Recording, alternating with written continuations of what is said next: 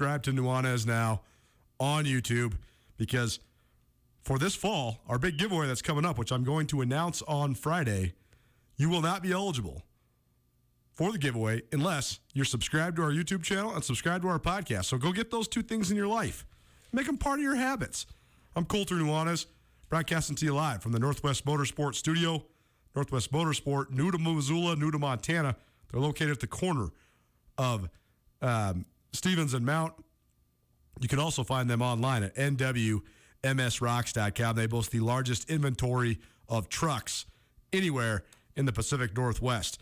You want to listen to this show, stream this show, consume it on your cell phone, your tablet, your laptop, your desktop, whatever.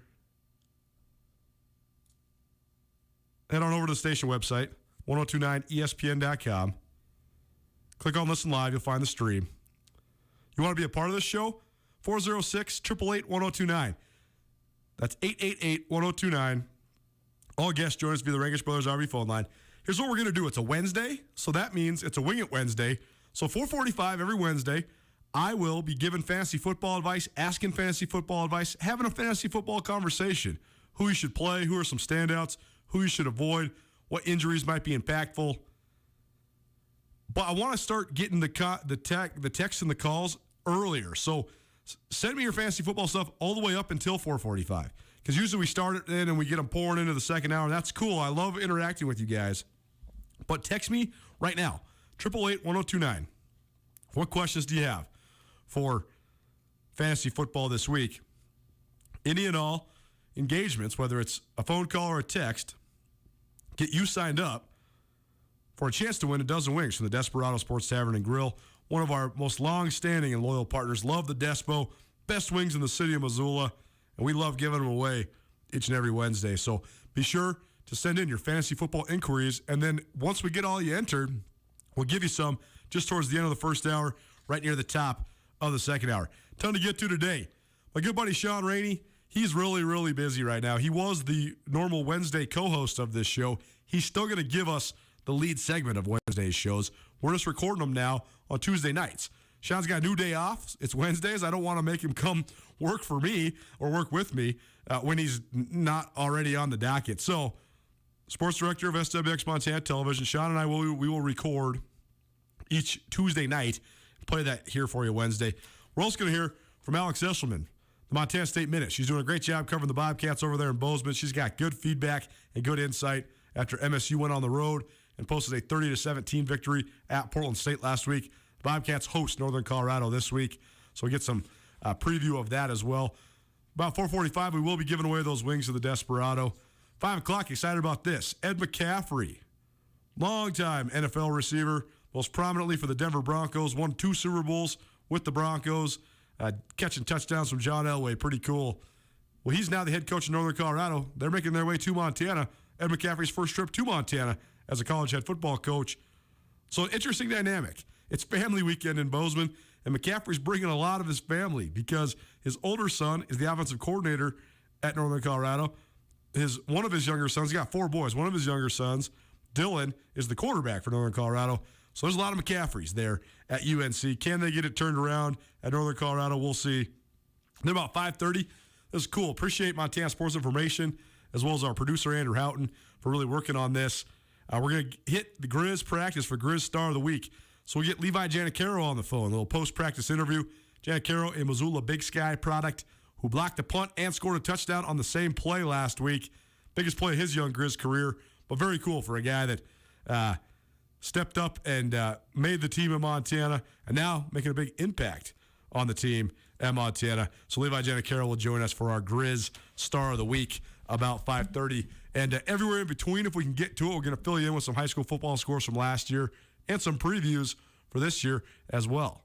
Well, we've sort of adjusted the routine. This is more like a Tuesday evening wind down now, rather than a Wednesday afternoon Showtime performance. But Nuanez now, Sean Rainey, SWX Montana sports director. He's kind enough to keep giving us some of his time, and I love getting Sean's perspective on a wide variety of things because we see sports a lot the same, and I think that we both have an understanding of what you guys want to hear about too. So, Rain Man, before we get to any of the stuff within the state of Montana, First of all, I was teasing you on Monday. Your Twitter on NFL Sundays is must-watch, not only for the gambling advice, which is great and applicable, and I would certainly suggest people to go check it out, but also the occasional, if not a lot of times, meltdowns. Pretty funny. You are the one person that convinced me of the notion that the curses of sports franchises is actually real. I don't think it's an actual curse, but I do think there's like these identities, these trends. It can't be a coincidence that the Vikings have cut more kickers in the season than I believe every team in the NFL combined over the last 20 years. It's not a coincidence the Vikings can't make field goals at the buzzer, even though it's been going on for 25 years. It's just like your Chargers have never been able to close out games. But I never thought I was going to see Patrick Mahomes lose a game when it comes down to the final couple of possessions. The Chargers win. So you must have been thrilled on Sunday despite the pre-win meltdown. You know, people that are close to me really enjoy when my teams lose. Because you're passionate. Because, you know, and I get a little fired up, and sometimes, you know, we ride the wave of emotions, and that pours out on Twitter. Because I'm watching the game a lot of times, and I have, like, my family there, and to avoid me cursing in front of my little kids, I just vent on Twitter sometimes, you know? So that's how that goes. But, yeah, hey, the Chargers are right there with your Vikings as far as kickers go. Like, It's true. The Chargers cut, like, Younghoe Koo, he goes on and makes a Pro Bowl with the Falcons. Yep. We cut Josh Lambo. He's a great kicker now for the Jags. And we just continue to just roll through kickers because we just don't trust them, and then they miss one kick and they're gone. But, yeah, no, that was a good weekend for our squads, you know, hanging in there. I don't think either of our teams really have any defense to really show for anything, but the offenses are looking good, so that's kind of fun. Herbert is just so much fun to watch. I was talking about this, and you'll appreciate this.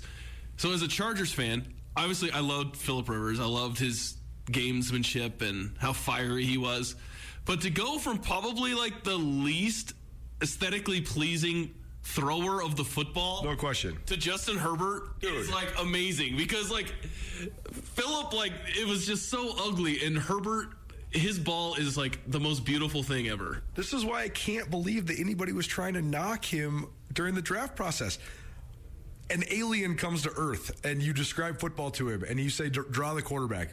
How does he play? Like that. It's perfect. Like it's like teach tape. He's beautiful to watch. It's unbelievable. Yeah, I mean his ball, and like he's so big, and his like hands are big, so like the ball just like looks small, and he just fires it, man. But smooth, not clunky. Yeah. He has all of it.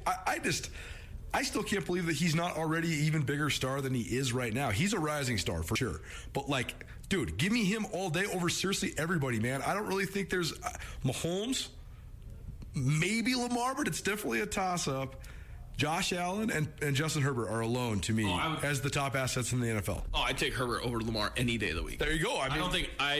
But that's just because I'd rather have a quarterback that can shred a defense with his arm over with his legs. Yeah. I mean, we have not really seen a quarterback do this this young. Like, I mean, he set a whole bunch of rookie records last year. You're watching all the rookies in the NFL struggle this year, and what he's been able to do so far in his first, 16 to 18 games or whatever it is, it's pretty impressive. And to go in there into Kansas City, I know that like Kansas City had some fluky turnovers, things like that, but I mean, Herbert got the job done, and he's going to be fun to watch for a long time. I've always reminded people of this, that Justin Herbert was an academic All-American. He's one of the top student athletes in the country. I believe he was even a finalist for, I can't remember what it's called now, the trophy that goes to the top student athlete in college football, right? Tease for later on this week. Sorry, this has been a little bit of a slow unveil. It turns out you have to have your podcasts. It takes a long time for a new podcast to get approved. I wanted to have a new channel for the Grizz Greats podcast, the new one, the 20th anniversary of the 2001 National Champions. So I've recorded like 5 or 6 of these, but only now is just the first one, John Edwards Live. So they'll keep rolling out. But the next one later this week, Vince Huntsberger, great safety from Libby, Montana, but he was a pre-med guy at Montana. Now he's a doctor in Sandpoint. So interviewing him just ridiculous, like the recollection and the cognition that guys with that sort of brain have. Justin Herbert's wired like that. His brother Mitch, who played at Montana State, is wired like that. There's been guys for the Grizz that have been like that too. Lauren Utterback comes to mind. He became a pharmacist. I think Danny Burton, that's currently on the Grizz, is going on that track as well. But that's the other reason why, despite the physical talents of Justin Herbert, I knew he was going to be good because he's so smart. Like, he's going to be able to learn. This guy's studying pre-med. He knows how to study like a playbook. You know what I mean? It's a lot different than guys that are, you know, I'm going to not say schools, but going to places to study football, right? Yeah, I mean, so you take the smarts, you take the, 6'6". He can run better than people think. Way better. Yeah, and he's got a rocket arm, and they've got weapons, and now they have a coach that actually they want to lose. If they're going to lose, they want to lose with the ball in Herbert's hands. Like, they don't want to kick it. They don't want to punt. They're going to give him the opportunity. So it's going to be very interesting to see, especially in that division. I mean, the Raiders are out to a great start. The Broncos are undefeated. Herbert looks great, and the Chargers are looking good. So it's going to be fascinating to see how that AFC West plays out. Nuanez now, 102.9 ESPN Radio, SWX Montana Television. Colter Nuanez coming to you with Sean Rainey. Recording this on a Tuesday night. You're listening to it on a Wednesday afternoon. Part of our All Football All the Time. We're talking all sorts of NFL and college football angles. All Football All the Time presented in part by Sportsbet Montana. Sportsbet Montana has kiosks in most of your favorite establishments. You can go bet either via the app or via the kiosk. They have all sorts of fun bets, keep you engaged in the games, try to win some parlays, maybe make some big money on a Sunday. Rain Man, I know you're super into the gambling. Is there any team that's been treating you bad or treating you good so far this year? My brother, after Sunday's results, he called me. He's so mad. He's like, I hate the Vikings, because he already hated them anyways, but he's been betting against the Vikings one way or the other all year. He's 0-3 with Vikings in his bets. Is there anybody like that for you, or anybody good either? No, I like them. I kind of used an alternate line with the Vikings on Sportsbet, because you can't do like a teaser per se, but you could do the alternate line. So I moved the Vikings up to 8, and then took like the Bills down and kind of used that. We kind of been riding the teasers quite a bit. Those are kind of fun, and then doing a lot of like kind of player props, basically just like. Yeah. Those are fun. And I say this about when you're betting. I think it's important to like stick with what you know. Yeah. I think a lot of people they just want to bet every single game or whatever, and like, oh, it's a primetime game, so I'm going to bet this one. But you might have never watched those teams or don't have an understanding, especially like if you're getting into like prop bets or stuff. So I think if you stick within your own conference, like if your favorite, like you're a Vikings fan, so if you might know the NFC North a little bit better. Sure. So just kind of stay in that lane, and sometimes, trying to bet everything and win at everything rather than like being super specific, because I know the Chargers really, really well. And I know, especially early on in the season, that like Coach Staley, they don't care about giving up yards on the ground. Like, they just don't want to give up the explosive play, and they will allow a running back to just do whatever they want. So every single week, I've just been betting on the opposing running back against the Chargers to go over his rushing yard prop, and it's 3 for 3 so far. Yeah, that's good. But that's just something you only know if you like follow the team, really well. Yeah. So like just things like that. I would say just, whatever you know and feel, just stay in your comfort level instead of trying to like bet on everything just to do it. Good advice. I got out over my skis last year trying to bet every game and putting together these 6 and 8 team parlays, and it's just dumb. You, like Sean's saying, just be steady and be disciplined. But it is fun. It's fun getting into it, and particularly when you're watching games live at the places. Like, I was at Katie O'Keefe's for a little while last night watching the Monday night game, and it's just fun to go over there and, like I put $5 on Dak Prescott over or under like 310 yards passing. Okay, cool. Made $5. Super fun. So go check out Sportsbet Montana. You can download the app or look for the kiosks in most of your favorite establishments.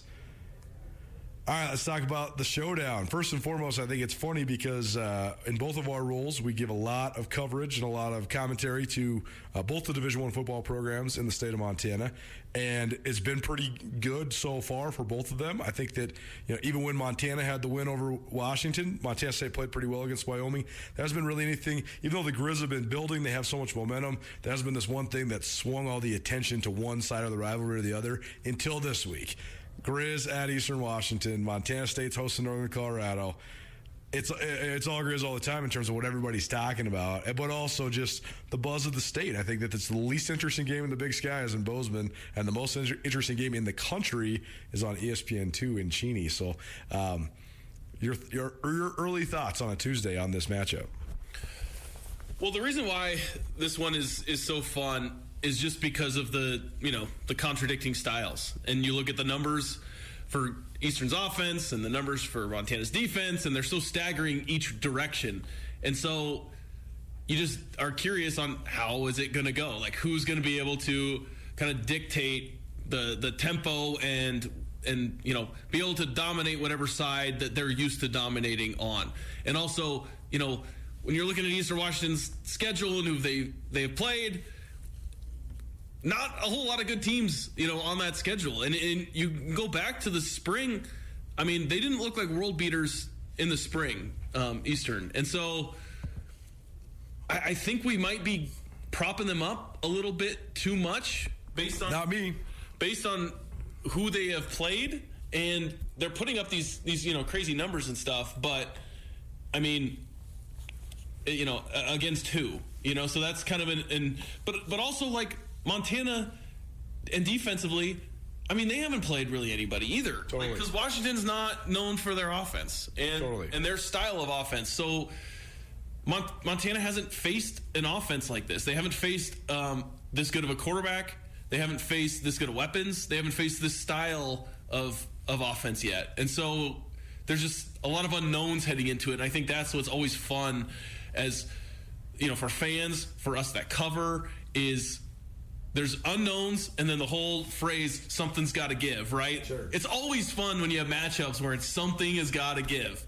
And that's what we have on Saturday. And so it's going to be just super, super fascinating to see how that all plays out. And when I talked to Coach Hauk for the taping of the Grizzly Sports Report, he was kind of fascinated by that too, because there's so many times, like, you can go into a game and you're thinking it's going to be, both teams in the 40s, and it ends up being a low-scoring game, or vice versa. You just don't really know exactly what kind of style and how the game is going to go. And sometimes it's just early on, something happens that kind of like dictates it.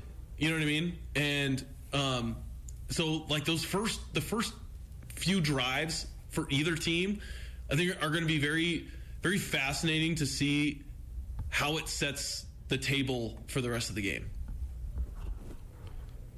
Monday's press conference, we caught up with Malik Flowers, Robbie Hauk, and Bobby Hauk. Interesting to hear Sean say what he just said, because that's almost identical to what Robbie Hauk said at the press conference. It's a great challenge. They're going to put us in situations where we got to cover and where we got to tackle, and it'll be. Just a couple thoughts on the matchup. Got to make plays. That's what it's all about in this Eastern Washington Montana matchup in Cheney, Washington on Saturday night. This is part of All Football All the Time, presented by Brett's RV and Marine. Brett's has got their summer clearance sale going on. Summer may be setting, but savings are on the rise. Go check out Brett's RV and Marine, locally owned and operated for more than 50 years. They're located at 4800 Grant Creek Road. Come see why they are the premier RV dealer in the state of Montana. Well, I just had this realization that Eric Berrier is the best quarterback in the state of Washington, and that's crazy to think about in terms of college quarterbacks. And I'm actually shocked now that I think about that Washington didn't just go try to get him to grad transfer to UW, because he's a sixth-year senior, and the kid that UW's got's a redshirt freshman, and Jacob Sermon already transferred out of the UW program. So if unless you thought Dylan Morris was going to leave, I don't know why you wouldn't go get Berrier, because he's way better than Dylan Morris, right? I mean, from what we saw. Sure, yeah. Totally. Yeah. I mean, yeah, that's an interesting thought. I don't know. Maybe he just said that he was going to stay there and didn't really kind of open himself up to that. Sure. So it just never became a thing. But well, maybe he knew the offense was going to hum along like this, because his numbers are absurd. He's thrown for 424 yards a game. He's got 16 touchdowns, 2 picks, quarterback rating of 195, which by collegiate standards is nearly perfect. So he's outstanding. He's definitely the front runner for the Walter Payton Award right now. And crazy that probably Patrick O'Connell's the front runner for the Buck Buchanan Award right now. So we have within the game 2 of the best individual talents, individual performers so far this year. But let's analyze this objectively for a second. Eastern Washington took on UNLV, which I think is a squad that is a middle-of-the-pack Big Sky team at best. I think that's how down they are. I don't really think that UNLV is going to manhandle UC Davis or Sac State or Weber State or Montana State. I think all those teams beat UNLV.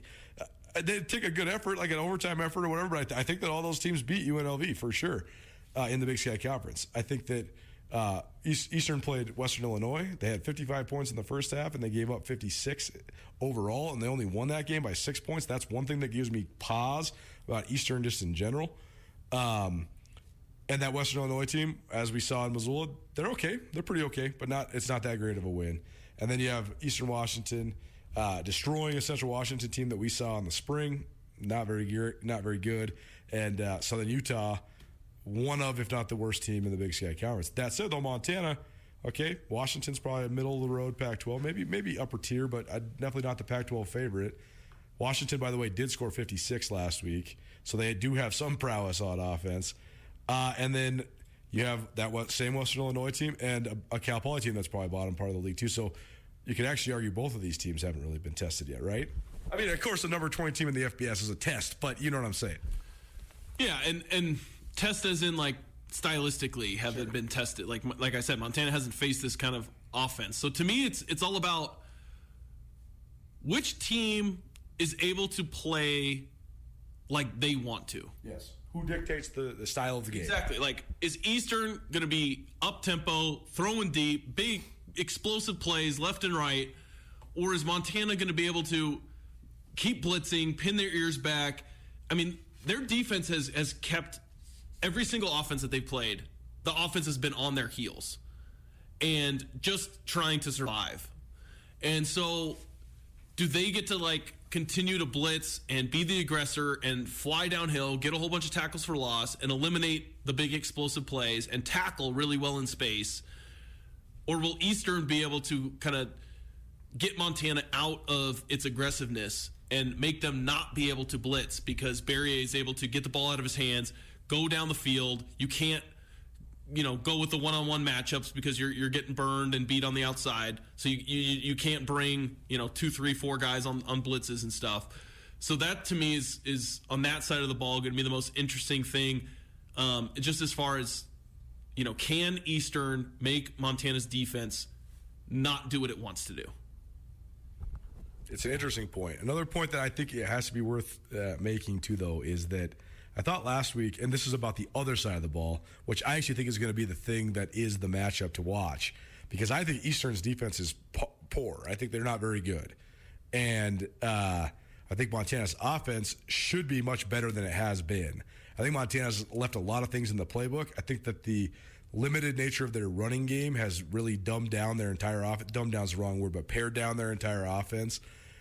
Because the running game is just sort of in flux. They can't run as much play action stuff. They haven't been going over the top very much, but I think that there's so many opportunities for them to get guys in advantageous matchups and just shred them. But we haven't seen Gabe Sulser or Sammy Akim like isolated and just, hey, go beat that guy out of the slot and get a first down. We haven't seen that, but we haven't really had to. So I'm wondering about that element of the game so much as well, because I do think that you're right. If the Grizz are starting to get diced by screens and slants and Barrier shredding them, they're going to have to adjust. But if not, they might be able to get home and they might be able to put a ton of pressure on Barrier. But I think it's the other side of the ball. If Montana can control the ball, that could be the best thing they could possibly do to slow down Eastern's offense. Yeah, I mean, I think that's the key too. And it's not, I don't think they have to control the ball or keep it away from Eastern's offense, like that kind of thing. I just think if their offense plays solid, they win this game. For sure. The offense just has to play solid. They have to not put their defense in bad positions, which has what a lot of the Grizz offenses when they've gone against Eastern as of late, not the one in Washington, but all the ones in Washington Grizzly Stadium, but the ones in Cheney. All of those games on the red turf, the offense would put the defense in bad spots, as in Eastern would score and then the offense would go 3 and out. And then all of a sudden the defense is back out there again. And then the pressure is always on the defense to get stops while you're trying to catch up. The offense just has to, be able to move the ball consistently, make Eastern's offense just work for everything, because I think the Grizz defense will be fine. They're going to make plays. Eastern's going to make some plays. But as long as the Montana offense comes out and can execute on third down, and I think they need to be more aggressive on first down. Agreed. I think first down has been the down of why Montana has struggled offensively. Sure. Especially last week against Cal Poly. And one thing that worth noting, I was meaning to make this schematic observation earlier this week on the show, but if you study Montana's offense and what they do, one of the biggest safety valves that they have for Cam Humphrey, because right now his role is as a ball distributor. That's what they want him to be, is just go through your reads, get to the open guy, just go where you need to go with the ball. But one of his biggest safety valves is the running back out of the backfield. Cal Poly was fully shadowing that. They were fully spying that last week. And that's why Cam kept double clutching, not being able to throw to the back. Then he's going back around. Then all of a sudden the pressure's coming, whatever. But part of that, though, is when they do run pass plays on first down, he didn't have that option. But I totally agree with you. They need to be better on first down. And maybe part of that is just the running backs continue to develop. Maybe they get one of these guys back. I mean, Xavier Harris did have an early carry last week. And, I mean, how many carries did he end up with? I have the statistics right here in front of me. I mean, he had a few. He also, was coming back. He also had a couple big ones that came back from penalty. They had a couple holding calls on a couple. 9 total carries, 70 total rushes. So maybe that helps Montana a little bit too. Yeah, but I think they need to just they need to pass the ball on first down, because usually on first down it's when a defense is kind of in their base defense, and it's the most easy defense to read is on first down. So I think putting Cam in situations where on first down where he can throw the ball and get comfortable, get a rhythm against the base or most vanilla defense he's going to see is going to be advantageous, especially on first down, and just throwing it on normal passing downs, and then you can run it on some predictable passing downs. I just think Montana kind of just ran the ball a lot on first down. It puts you in 2nd and 7, and then you pretty much know you're going to throw in that situation. And then if you have an incomplete pass, then you're staring at 3rd and long. So I would like to see Montana take some shots on first down and try not to get to 3rd down. I mean, I feel like this team has had a ton of 3rd downs. Like, they haven't been getting a ton of first downs on 1st and 2nd down, and moving the chains before you even get to 3rd down. And so not even just taking the deep shots like you said, but haven't been a ton of even just 20, 25 yard out routes or deep ends and things like that. Like working the middle of the field too, getting Cole Grossman involved as a pass catching tight end. So I'm going to be like what you said, I think they might be holding some back on offense. Yes. That's the optimistic view, right? Like you want to say that because. Well, but the thing is, okay, so here's the question though. So would you agree, first of all, rapid fire, would you agree their offensive line is much better? Yes. They're obviously dinged up at running back, but that hasn't been a premier position. I guess Marcus Knight was a huge deal. So I guess the question is, because with Cam Humphrey at the helm, we've seen this offense score a ton of points. Only a couple times, but not against any great teams though. Well, sure, but Portland State's okay. Yeah. They were okay when Cam Humphrey threw for 330 and 4 touchdowns. I guess Cam Humphrey can throw a deep ball to a streaking receiver, and so I guess if Montana really is that downgraded offensively, is Marcus Knight and Samari Torrey just that good? I don't know. I feel like they have all these guys. They're not throwing why don't you just line Gabe Sosa up in the slot throwing the ball? I think a healthy Xavier Harris is a difference maker on the offense, because he just has an extra burst and some explosiveness at that position that nobody else has with a Marcus Knight out. So I think a healthy Xavier Harris is definitely a difference maker. But like I said, I think it's being more aggressive on first down and getting a little bit deeper into the playbook. And I think like I said, the optimistic view is they're holding some of it back. Mm-hmm. The pessimistic view would just be they just haven't been executing. But we haven't seen a lot of I would like to see more under center runs instead of. I just hate the inside zone over and over again. And how many times did Cam keep it against Cal Poly for 2 yards? And he got busted up one time. Yeah, and that's not. You're never going to get more than 3-4 yards on that play. And I know you're trying to keep it honest, and then that sets up play action stuff. But I would like to see maybe a little bit more tight ends involved, play under center a little bit, especially against like an Eastern Washington. And if the offensive line is so much improved, like sometimes just play a little bit more power instead of like kind of some of the finesse shotgun handoffs and stuff. But we'll see. I would like, you would hope that their offense gets a little bit more dynamic this week for sure. Nuanez now, 102.9 ESPN Radio, SWX Montana Television. Sean Rainey of SWX Montana joining me here. We're doing this on a Tuesday night from the SWX Montana studio. I'm just going to leave you with this. I don't even want to like prompt it. I just want to say I don't think it's a coincidence that guys like Eric Barker and Joey Elwell and Malik Flowers and Keelan White have been getting all these targets, and Sammy Akim and Gabe Sulser and Cole Grossman have not. It's not a coincidence. There's no way they're not trying to get their premier weapons involved. If Cam Humphrey can throw a touchdown to Eric Barker, he can certainly throw a touchdown to Cole Grossman. If he can throw a touchdown to Malik Flowers, he can certainly find Sammy Akim. Well, I think, and Coach Houck also said this, like on the record, that during the non-conference, like they were going to play a lot of guys. For sure. And then that is going to Pare it out. Yeah, you're going to start, figuring out exactly who's going to get a lot of the snaps and stuff. That's a great point. And because in a game like this, they're going to always want to play as many guys as they can because that's just the style of the program they run. But you're totally right. Like in a game like this, yeah, there might be no reps for some of the non-first four receivers, right? Yeah, because we've seen how many receivers get run? All of them? Yeah, and so where's Ryan Simpson been? He's the one guy that I expected to. He played. He just hasn't gotten into much action though. Yeah, they went. Chris Brown threw to him a couple times late in the game, but like I said, yeah, I just don't. I think it's going to be more, of your quote unquote starters. I'd also like to. I think we'll see Malik Flowers too at wide receiver a little bit. Sure. Also, this is something I just thought of. When is the last time you saw Montana run a screen? A running back screen. I don't even know. Jeremy Calhoun, freshman year. I love a good running back screen. I don't think I've seen them run one for so long. Jordan Canada days. Yeah. So Pete Wen days. It's been a long time. Yeah.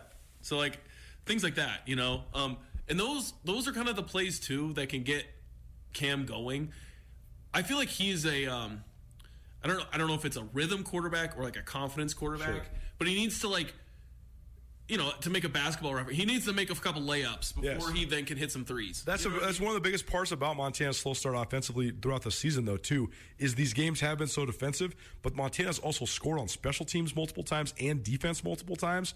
So that gives the defense right back out on the field. You know what I mean? You get a pick six, defense right back out there. Yeah. So, the play count on Saturday was 91 for Cal Poly, 67 for Montana. That's half the reason. If you get 20 more plays, that means you get 5 more guys involved in the offense, too, and Cam gets into a better rhythm. Well, and somebody said, the offense only accounted for, 18 or 16 or whatever points it was against Cal Poly. I was like, well, if they don't return the kick and they don't get a punt block for a touchdown, the offense might have scored touchdowns on those 2 possessions. And then you're not saying that the offense only put up whatever or, didn't look good, because that's just 2 less, possessions that they didn't even have. But, like you mentioned, I think special teams is going to be, huge in this game. Especially it's going to be, 8:30, so it's going to be a little bit chilly at night in Washington. So if Eastern's not booting that ball deep into the end zone on kickoffs, Montana's going to get chances. And then when is the last time they haven't played anybody where they've gotten a lot of kickoff opportunities because nobody's scoring on them? Totally. So if Eastern scores 3, 4, or 5 times, that's 4 or 5 extra kickoff attempts that they get that they haven't been getting recently. So that's going to be another thing that's could set them up for really good field position as well. That's so funny. I didn't even think about that. Malik Flowers' first kick return of the game was the one he housed in the second half. They haven't been getting no kickoffs. Yeah, just either the first one of the game or at halftime, and that's the only kickoffs they've had. Unbelievable. Sean Rainey, SWX Montana Television. Best there is. Fun hanging out, man. Thanks so much for being with us here on Nuanez Now. Appreciate it. It's going to be a fun game. I hope everybody enjoys it, and hopefully I can catch up on my sleep sometime after that game because that's going to be a late one. The dad struggle is real. It's going to be a late one for everybody, but we will be happy to go check it out. Ton of lead up to the biggest game in the country, Cheney, Washington. Number 6, Eastern Washington, hosting number 4, Montana. We're going to go on the other side of the Continental Divide, though, for the Montana State Minute with Alex Eshelman. Get the scoop on the Bobcats, their road victory at Portland State last week, and their upcoming home game against Northern Colorado. Keep it right here. Nuanez now. Garden City Paint and Glass is proud to offer a huge variety of high-quality paints and stains at affordable prices, like C2 Paints, Dunn & Edwards, and Prolux Seacon Paints. These brands offer you great quality and great prices. The trained staff at Garden City Paint and Glass will help you with the right colors and tools to get your project right. Visit GardenCityPaintandGlass.com for more information or give them a call at 549-0608. Garden City Paint and Glass, locally owned and serving Montana for over 30 years. Paul Ryan is a name that's been synonymous with law around the Garden City for decades. And Paul is excited to announce the expansion of his firm to Ryan, Holloway, and Miller. Paul Ryan, Nate Holloway, and Angie Miller have a fierce love for their community and want to help you with any of your legal needs. From auto accidents to medical malpractice to wrongful death or any criminal defense, Ryan, Holloway, and Miller should be your first call. Paul has established a reputation as the top legal mind in Missoula, claiming the Garden City's best attorney honors 13 different years. Ryan, Holloway & Miller is a local firm with experience and intimate knowledge to help clients with any needs. Ryan, Holloway & Miller will be available to take your calls at any time, 24 hours a day, 7 days a week. So no matter what your legal needs in western Montana and around the Treasure State, when it comes to personal injury or criminal defense, call Ryan, Holloway & Miller today. Ryan, Holloway & Miller, your Montana attorneys.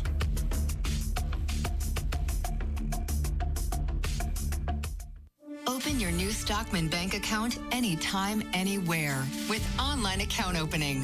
Now, you can open an account in minutes on your laptop, tablet, or mobile phone. It's convenient, simple, and secure. Open your new account today at stockmanbank.com. Then, add our online and mobile banking services so you can manage your money when, where, and how you want. Stockman Bank, Montana's brand of banking. Member FDIC.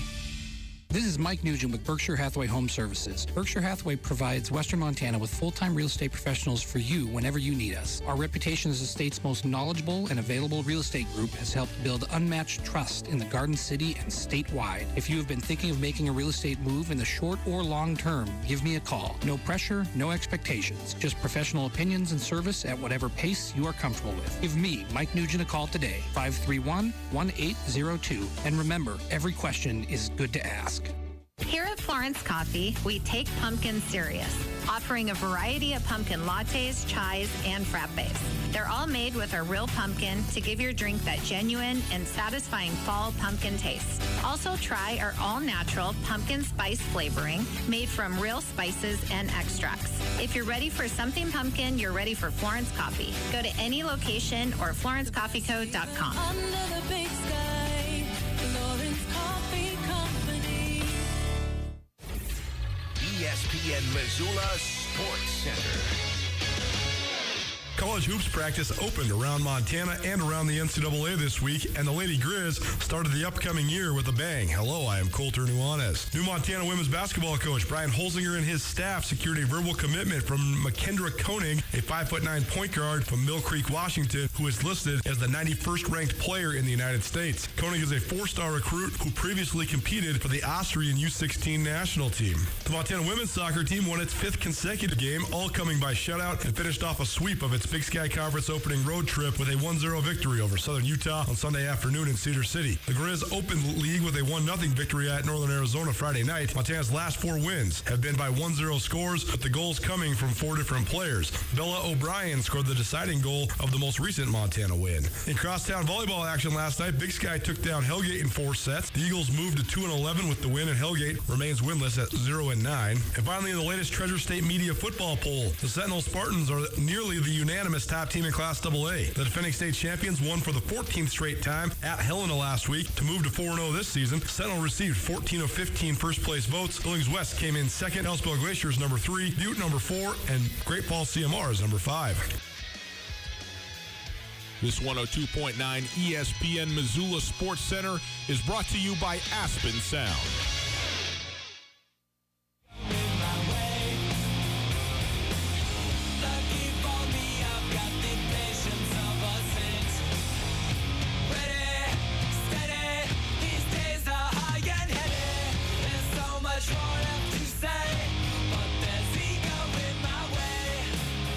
Welcome back.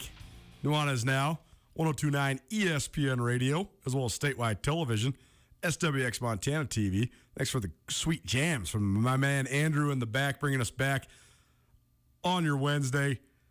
If you're missing Tommy, it's okay. Tommy's going to swing back from time to time, but we got some stuff moving, shaking, Missoula Broadcasting Company. So Tommy Evans be a little bit more of a contributor on the Trail. So 103.3 The Trail. Tommy hosts the new show on Tuesday nights, but be a more regular contributor.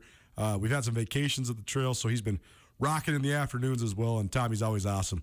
No matter what mic he's on, but happy to have Andrew helping us out as well. And it's good to have a team, man. Good to have a team back in the fold here at ESPN Radio as well as Missoula Broadcasting Company. It's Nuanez now, broadcasting to you from the Northwest Motorsport Studio. Northwest Motorsport is located at the corner of Stevens and Mount here in Missoula.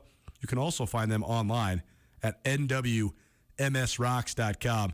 That's nwmsrocks.com. They boast the largest inventory of trucks anywhere in the Pacific Northwest. We're about, 15 minutes away from doing some fancy football advice and giving you some wings to the Desperado Sports Tavern and Grill. So keep those texts coming in. We're getting them. We'll just read them and help you out in a little while here. 406-888-1029. That's 888-1029. Text that number for any fancy football comments, questions, feedback, whatever you got. Time now for what's becoming one of your favorite segments, because it's certainly one of my favorite segments. It's the Montana State Minute with Alex Eshelman. She's a reporter over in Bozeman, Montana, doing a great job covering sports across the southwestern region of Montana. Alex, thanks for taking some time again. I know that you're super busy. How are you? I'm doing great. How are you, Coulter? I mean, it's just we're in the thick of fall sports right now. No question. And that's one thing I've loved about getting back into radio is following all the high school stuff. I think that high school sports across all the classifications are fascinating and super fun. I know you got one coming up tomorrow night, Billings Senior in Bozeman. So have you thought much about that game? Because that should be a pretty good matchup, a couple of the better teams in the East. Definitely. It's been an interesting year, Coulter. So I've been here for a little over a year and a half, and last season, as you know, with COVID and all that, we didn't have Montana State sports to cover in the fall. So I was so hyper-focused on high school sports. Unfortunately, I don't get to put my 100% in there this season. I do, but I have more things to juggle, as you know, you do too. But it definitely should be a good matchup. Fans in the stands, Van Winkle Stadium is always a fun time. And Bozeman definitely going through a little bit of a transitional state, I guess, right now as they continue to sort through the fact that there's another high school in town. But it definitely should be a good matchup. And we're approaching October already, Coulter. Totally wild that we're approaching October. You made your first trip out to the City of Roses, which, by the way, one of my favorite cities in the United States of America. Love me some Portland. But an interesting deal all the way around, because Portland State is sort of this anomaly. They don't have a stadium on their campus because they don't really even have a campus. They play at Hillsborough Stadium out in the suburbs. It's not ideal, but there is a certain charm to it. And Montana State, they played a pretty good Vikings team, and it was a back-and-forth slugfest until in the fourth quarter, Montana State really just took hold. Isaiah Fonse carries the day. In the run game offensively, and the defense shut Portland State down. But first and foremost, Alex, just your thoughts on your trip to Portland. What did you think of just all of the things that you saw on the West Coast? Yeah, Coulter. Well, the first thing is my dad actually grew up in Salem, Oregon. So my grandparents still live in Oregon, and I grew up every summer and fall going back to Oregon to not only Salem, but we would do day trips to Portland, and I couldn't agree with you more. It's a beautiful city in many ways, and it was really, really great to just be back there because of that. Also, it's always a fun time traveling with the Montana State football team. It's just the whole experience of it, from getting on the plane with the team to just seeing how they travel. And it's really a business trip. They take it really seriously. And it was fun, especially because they got the win, and we get back on the bus and the plane. They have Chick-fil-A, and they're singing, and they're happy. So that's always fun, too, because it's not fun getting on a football plane after a loss. But also, I thought Hillsborough Stadium, so when we were kind of talking about the atmosphere, obviously it's not really comparable to a Montana State or, of course, a Washington Grizzlies stadium experience. But I thought it was a pretty good atmosphere, not to mention Montana State Bobcat fans travel very well. Over half of the stadium was filled with Bobcat fans. At one point in the game, they were cheering so loud. They were saying, "Let's go Bobcats," so loud that they turned on the music because they're like, okay, we're done with this. Unbelievable. I love it. Well, Bobcat fans do travel. Awesome. People from Montana, period, at the college football level definitely travel in droves for sure. Alex Esserman joining us. She's a reporter for SWX Montana Television, working out of Bozeman, covering Montana State and doing a great job there at MSU. What were your impressions of the game? Because at first it looked like Montana State was stifled. It was sort of a stalemate. Bobcat offense looked sluggish. Defense played okay, but Davis Alexander was kind of having his way. But then it sort of turned, and then Montana State really dominated the last 15 or 20 minutes of that game. So from the sidelines, what was the view like? What did you see? First of all, I have to give a round of applause to Davis Alexander. He's really good. I mean, he knows how to, he's just a classic dual threat quarterback, but he just does such a good job of not only passing it, but being able to scramble out of the pocket and find a guy downfield, and just really, really good at everything in regards to being one of the more modern quarterbacks nowadays. But I would say in the first half, even though the defense wasn't amazing by any means, I think that the key to this game really was our defense from start to finish, and the fact that they were only down by a point, going into halftime, as 10-9 score. I think that special teams defense did a great job all around. And then in the second half, I was pleased to see the pass game kind of pick up. And even Lance McCutcheon and Isaiah commented that when you open up the pass game a little bit more and have that happen, it helps the run game. Both of those things need to be performing well to have their best production in both those parts of the offense. So it was nice to see that happen. It'll be interesting to see how it goes against Northern Colorado, Coulter. Absolutely. I think the one thing that has really emerged for Montana State is we knew the headlining type talent that the Bobcats had coming out of the Jeff Choate era, because Jeff Choate is, I wouldn't say first and foremost, but perhaps the thing he is the most elite at, besides just coaching the fundamentals of football, is recruiting, because he's such a charismatic and dynamic guy. He can sell his vision to anybody. I mean, hell, I wanted to play for Jeff Choate when he was the head coach of Montana State because he's so passionate.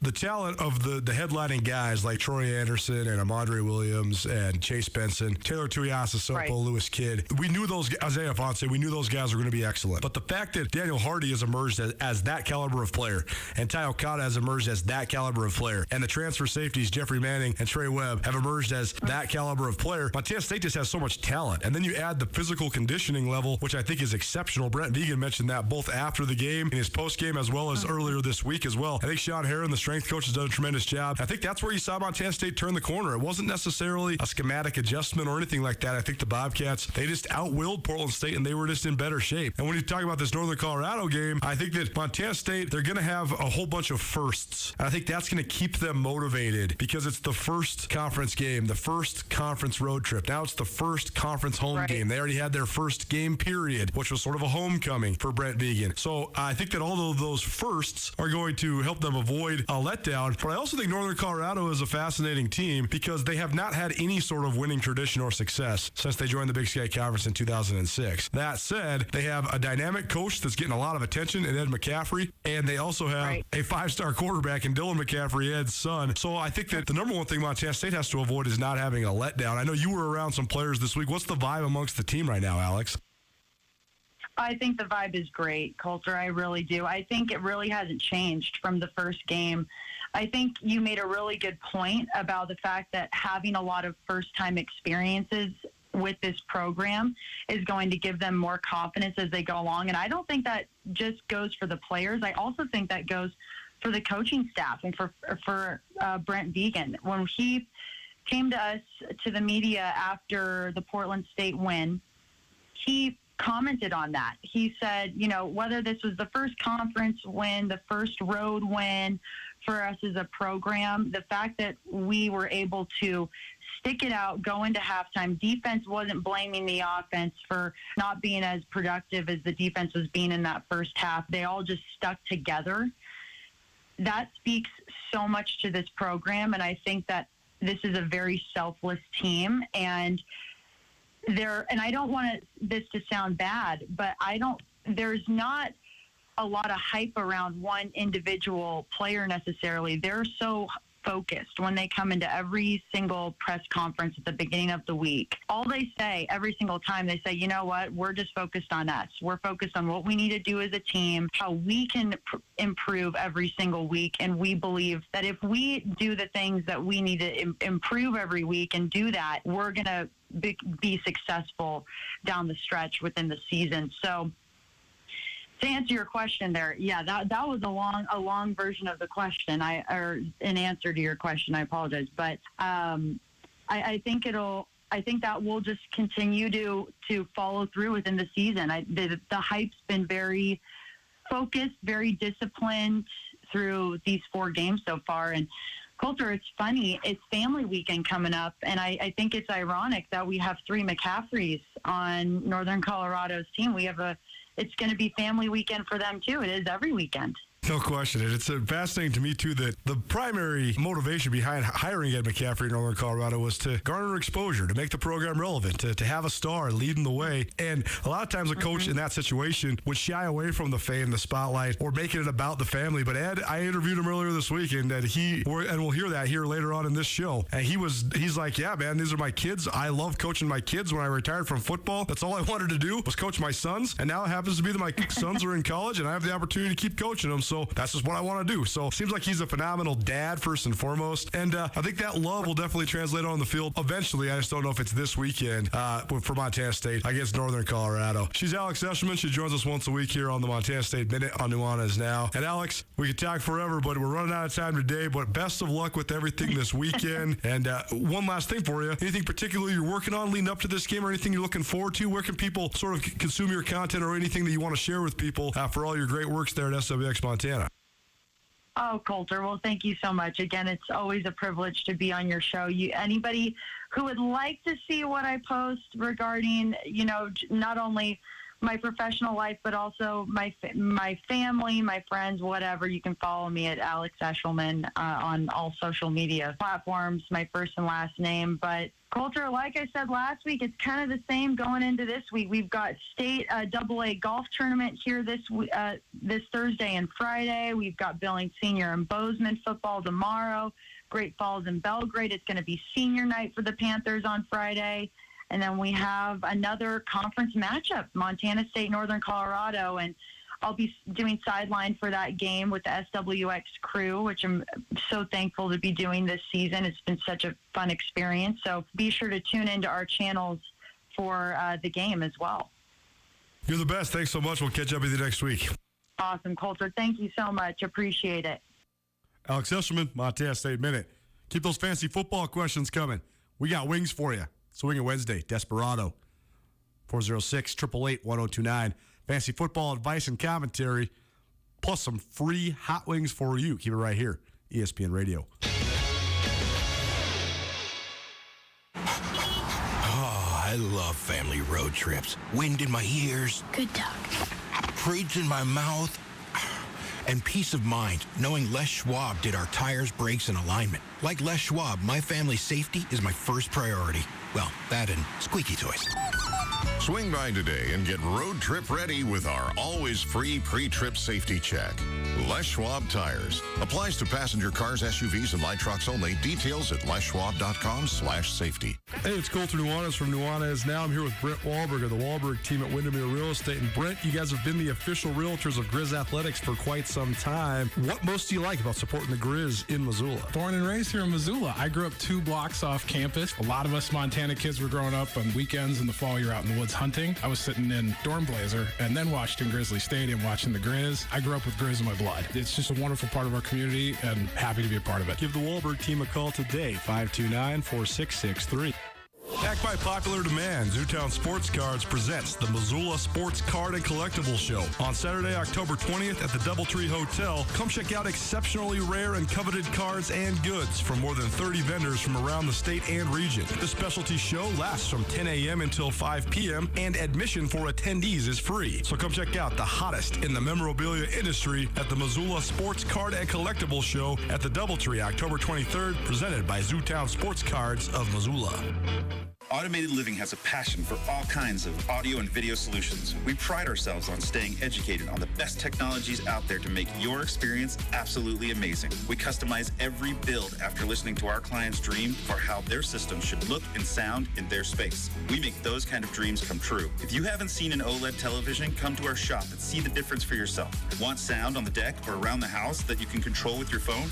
Give us a call and we'll figure out how to professionally make that happen. Automated Living, life made easy. Teddy Roosevelt once said, "The credit belongs to the man in the arena whose face is marred by dust and sweat and blood." We here at ESPN Missoula like to dole out that credit each week during Treasure State Stars. Tune in each Tuesday during the 4 o'clock hour to Nuanez Now on 102.9 ESPN Missoula for the Treasure State Stars, where we highlight a handful of the top individual athletic performances from across the great state of Montana. Treasure State Stars is proudly presented by Parkside Credit Union. Hi, I'm Danica Patrick. Watching my nieces grow, play, and learn is amazing, but not every child gets to be carefree. 1 in 6 kids in the U.S. are hungry. This breaks my heart, and it's something that Feeding America is working to change. Each year, the Feeding America network of food banks rescues billions of pounds of good food that would have gone to waste and gives it to families in need. To help, visit feedingamerica.org. Brought to you by Feeding America and the Ad Council. It's Nuanez Now on 102.9 ESPN Missoula. Watch the show statewide on SWX Montana Television.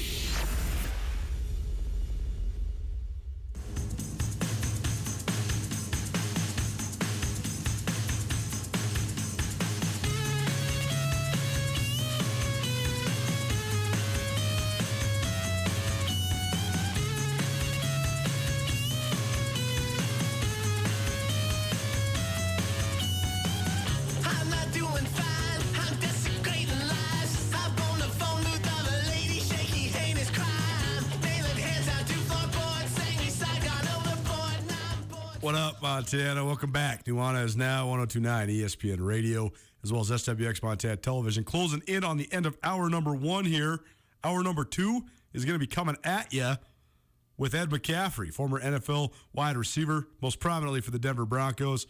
He's part of our ESPN Roundtable. We're also going to hear from Levi Janicaro, one of Missoula's favorite sons, a Missoula Big Sky product, who blocked a punt and scored a touchdown last week in Montana's 39-7 homecoming victory over Cal Poly. If you missed anything in the first hour of the show, you can find all of that on the podcast. Sean Rainey, SWX Montana Television, as well as Alex Eshelman, also of SWX, joined us. Sean and I talked about Grizz Eastern Washington.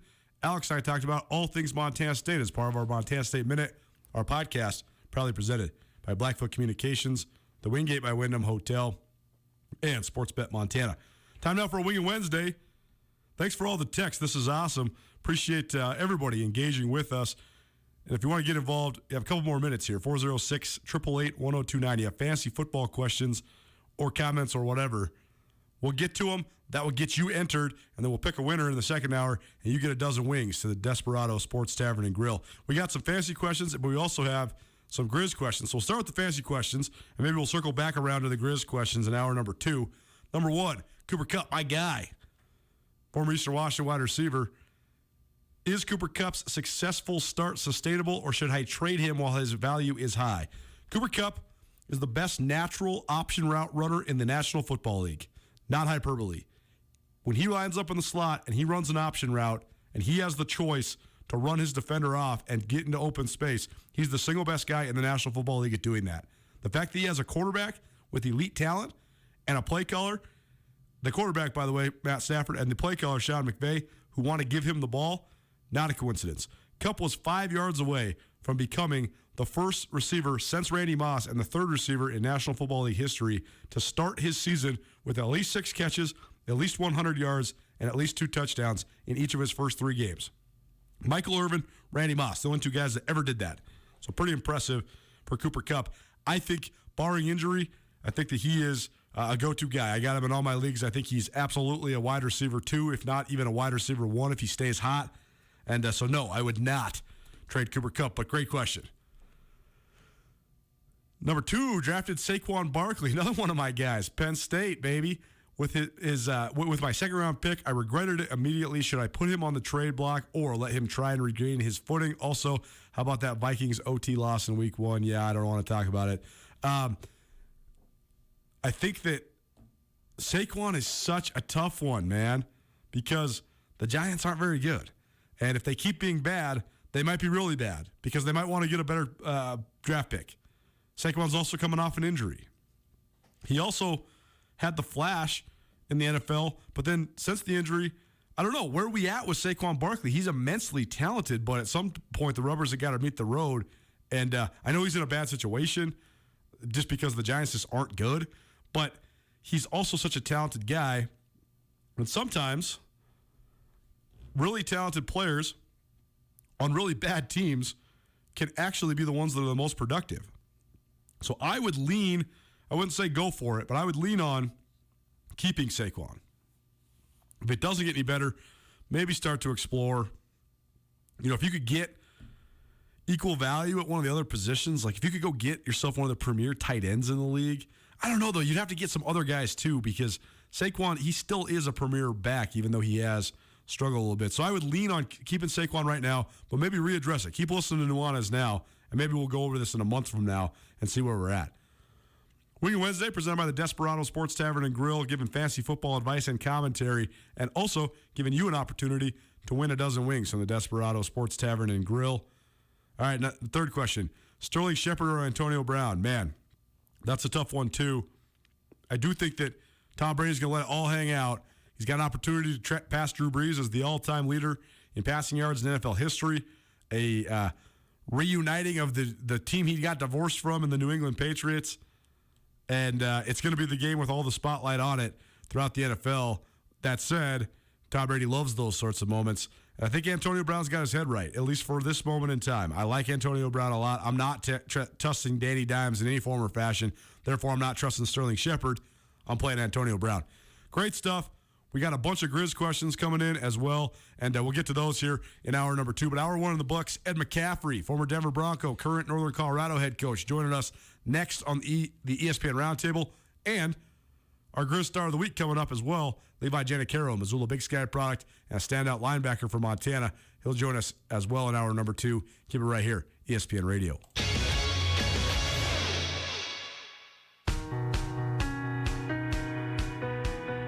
Although it might sound daunting, getting your wisdom teeth out is just a part of life. No matter when you might need your wisdom teeth extracted, Dr. Gene Morris at Oral Surgical Associates in Missoula is the man you need to see. Dr. Morris has extensive experience and a reputation as a surgeon who's both gentle and detailed, and will make your wisdom teeth extraction process seem like a breeze. When you need your wisdom teeth removed, put your trust in Dr. Gene Morris at Oral Surgical Associates of Missoula.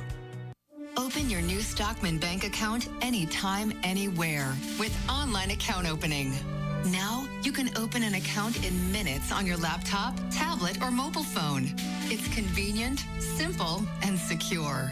Open your new account today at stockmanbank.com. Then, add our online and mobile banking services so you can manage your money when, where, and how you want. Stockman Bank, Montana's brand of banking. Member FDIC. We ate a lot of steaks before we came up with the Montana Club's Private Reserve Cut Angus. It's as good a steak as you're going to get. Our Private Reserve Cut Angus is specially cut for us. And with our custom seasoning, it has a flavor that's absolutely incomparable. We're confident that it will satisfy the most discriminating steak customer for an unrivaled steak experience. Real Montana, real food. The Montana Club on Brooks and North Reserve, Missoula. As a thank you to Montanans for their longtime loyalty, Bob Ward's Sports and Outdoors is having one of the biggest sales of the year, September 29th through October 10th. Whatever outdoor adventure you seek, you'll find amazing deals in hiking, fishing, camping, hunting, fitness, and footwear during their 12 Days of Deals sale. Over 100 years of Montana sports and outdoors tradition. Hurry in, the 12 Days of Deals sale ends October 10th. Football is back, and Nuanez now has everything you need to know about the weekend that was for the Grizzlies, the Bobcats, around the Big Sky Conference, and around the Treasure State in prep ranks too. Join Coulter Nuanez, Riley Corcoran, and other contributing guests for the first hour of each Monday's Nuanez Now for compelling analysis, interesting information, interviews, and more. The Montana Football Hour, the first hour of each Monday's Nuanez Now, beginning at 4 p.m. on 102.9 ESPN Missoula and statewide on SWX Montana Television. Presented by Brett's RV and Marine. Hey, hon, what you doing with your phone? Taking pictures? No, I'm asking it questions. Like what? Hey, Bobo, do flowers have best friends? I'm sorry. I'm afraid I don't know that. Hey, follow me. I want to show you something. Look, flowers do have best friends. Whoa. Some answers can only be found in nature. Discover the unsearchable. Visit discovertheforest.org to find a trail near you. Brought to you by the United States Forest Service and the Ad Council. ESPN Radio for Western Montana, KKVU HD3 Stevensville, and 102.9 FM on K275BS Missoula. ESPN Missoula Sports Center. College hoops practice opened around Montana and around the NCAA this week, and the Lady Grizz started the upcoming year with a bang. Hello, I am Coulter Nuanez. New Montana women's basketball coach Brian Holzinger and his staff secured a verbal commitment from McKendra Koenig, a 5'9" point guard from Mill Creek, Washington, who is listed as the 91st ranked player in the United States. Koenig is a 4-star recruit who previously competed for the Austrian U16 national team. The Montana women's soccer team won its 5th consecutive game, all coming by shutout, and finished off a sweep of its Big Sky Conference opening road trip with a 1-0 victory over Southern Utah on Sunday afternoon in Cedar City. The Grizz opened league with a 1-0 victory at Northern Arizona Friday night. Montana's last 4 wins have been by 1-0 scores, with the goals coming from 4 different players. Bella O'Brien scored the deciding goal of the most recent Montana win. In crosstown volleyball action last night, Big Sky took down Hellgate in 4 sets. The Eagles moved to 2-11 with the win, and Hellgate remains winless at 0-9. And finally, in the latest Treasure State media football poll, the Sentinel Spartans are nearly the unanimous top team in Class AA. The defending state champions won for the 14th straight time at Helena last week to move to 4-0 this season. Sentinel received 14 of 15 first place votes. Billings West came in second, Elspell Glacier is number 3, Butte number 4, and Great Falls CMR is number 5. This ESPN Missoula Sports Center is brought to you by Selway Armory.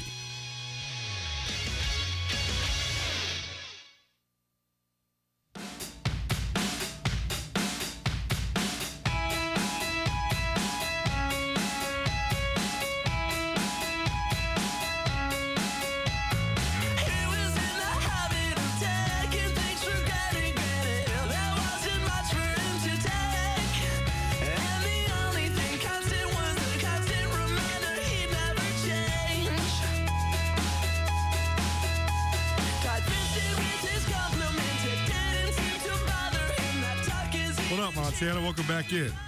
Nuanez Now, 102.9 ESPN Radio, as well as statewide television, SWX Montana TV. You can also stream us on YouTube.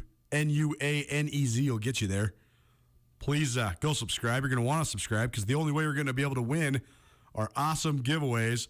We got a great Twisted Tea package for you, and we got a great Alpine Touch package for you that includes some other pretty fancy things. But the only way you're going to be eligible is if you're subscribed to our YouTube channel and our podcast channel. So go subscribe to those 2 things, and we'll give you all the details on that during Friday's show, the 1st of October. Missed anything in the first hour of Nuanez Now? Great first hour. Sean Rainey from SWX Montana Television. He and I had a nice conversation about Eastern Washington and Montana, the matchup on Saturday. We did that last night from the SWX Montana studios. Alex Eshelman, also of SWX Montana, swung by for our Montana State Minute update about the Bobcats. And we also heard from, I guess we heard from myself and a lot of you. So thanks for the fantasy football texts as part of our Wing It Wednesday. And we'll be letting you know the winner of the Wing It Wednesday here in just a minute. But appreciate all that, and I appreciate the Despo for years and years of support here on ESPN Radio. All that stuff from the first hour can be found on the podcast, proudly presented Blackfoot Communications, the Wingate by Wyndham Hotel, and Sportsbet Montana. Thanks for everybody that's hitting the downloads, man. We got a ton of downloads going on the podcast, and that's pretty cool. Love to see all the analytics, where they're all coming from. They're coming from all over the state, all over the country, all over the world. We even got some, I think that must be military guys that are listening over in the Turkey area, Middle East. Pretty cool to see where it's all coming around. But Grizz, Bobcat, and Montana high school sports fans all the way around the entire planet Earth. So pretty cool. Thanks so much for engaging with us. Levi Janicaro, Grizz Star of the Week, coming up here, I guess, whenever Montana gets done practicing. But in the meantime, I caught up with a guy who I was a big fan of when I was a kid. That's an interesting dynamic for me because as you get older, I think you start getting less starstruck by people. And I'm not saying I'm starstruck by this guy, but he was certainly somebody that I looked up to a lot and one of my favorite players when I was a kid. Moment in time to be certain, when the Denver Broncos were on their great run in the late 1990s, when John Elway was the quarterback and he rides off in the sunset, Ed McCaffrey was one of Denver's best receivers. I was also, in elementary into middle school at that time, so very impressionable, but also really starting to become really passionate about sports. And, of course, living in Missoula, the CBS was always showing the Broncos. So a lot of exposure to Ed McCaffrey as well. But now he's sort of evolved into not just a former great NFL player and not just the head coach of Northern Colorado. He's also the father of a bunch of elite football players, including Christian McCaffrey, one of the best players in the NFL. And he also got a pretty darn good quarterback, a darn good son, I should say, talented son, playing quarterback at Northern Colorado. We caught up with Ed McCaffrey earlier this week. His team travels to Bozeman on Saturday. Well, happy now for our ESPN Roundtable. We do this each Wednesday during the 5 o'clock hour. And our guest this week, bringing his team to Bozeman, Montana for a Saturday showdown against the Montana State Bobcats. It's Ed McCaffrey, the head coach for Northern Colorado. Coach, thanks so much for joining us. How are you? I'm doing well, thank you. First and foremost, let's talk about this last couple weeks and I guess this last couple months. You took the job at Northern Colorado, but it's been a long wait since you actually got to compete in actual football games because Northern Colorado, one of the 5 teams in the Big Sky Conference that did not compete during the spring season. So now that you've got a couple games under your belt, Northern Colorado 2-2, off to a decent start here. What have you thought of just actually being a head coach at the collegiate level? I absolutely love coaching. It's my favorite thing to do. So I'm having a blast. Obviously dealing with adversities that none of us thought we'd be dealing with COVID. And even though I'd like to turn the page on the pandemic, it's still around. And it's been my number one biggest challenge and the biggest challenge for our program, missing players and coaches during the season. I almost equate it to like if 25% of your team got hurt at the same time. They're unavailable to play in the games and unavailable to participate on scout teams. So those are the sort of things that have been challenging, but what's been a blessing is the attitude of our players. It's a next man up mentality, and these guys love football, and they're fine young men. I really think they're young men who are going to do wonderful things way beyond football when they leave here, and they're a fun group to coach. You mentioned that you love coaching. At what point did you realize that? Because you had such an outstanding playing career, and a lot of times guys that play at such a high level have a hard time getting into coaching or have no interest in it. At what point did you realize that you loved coaching?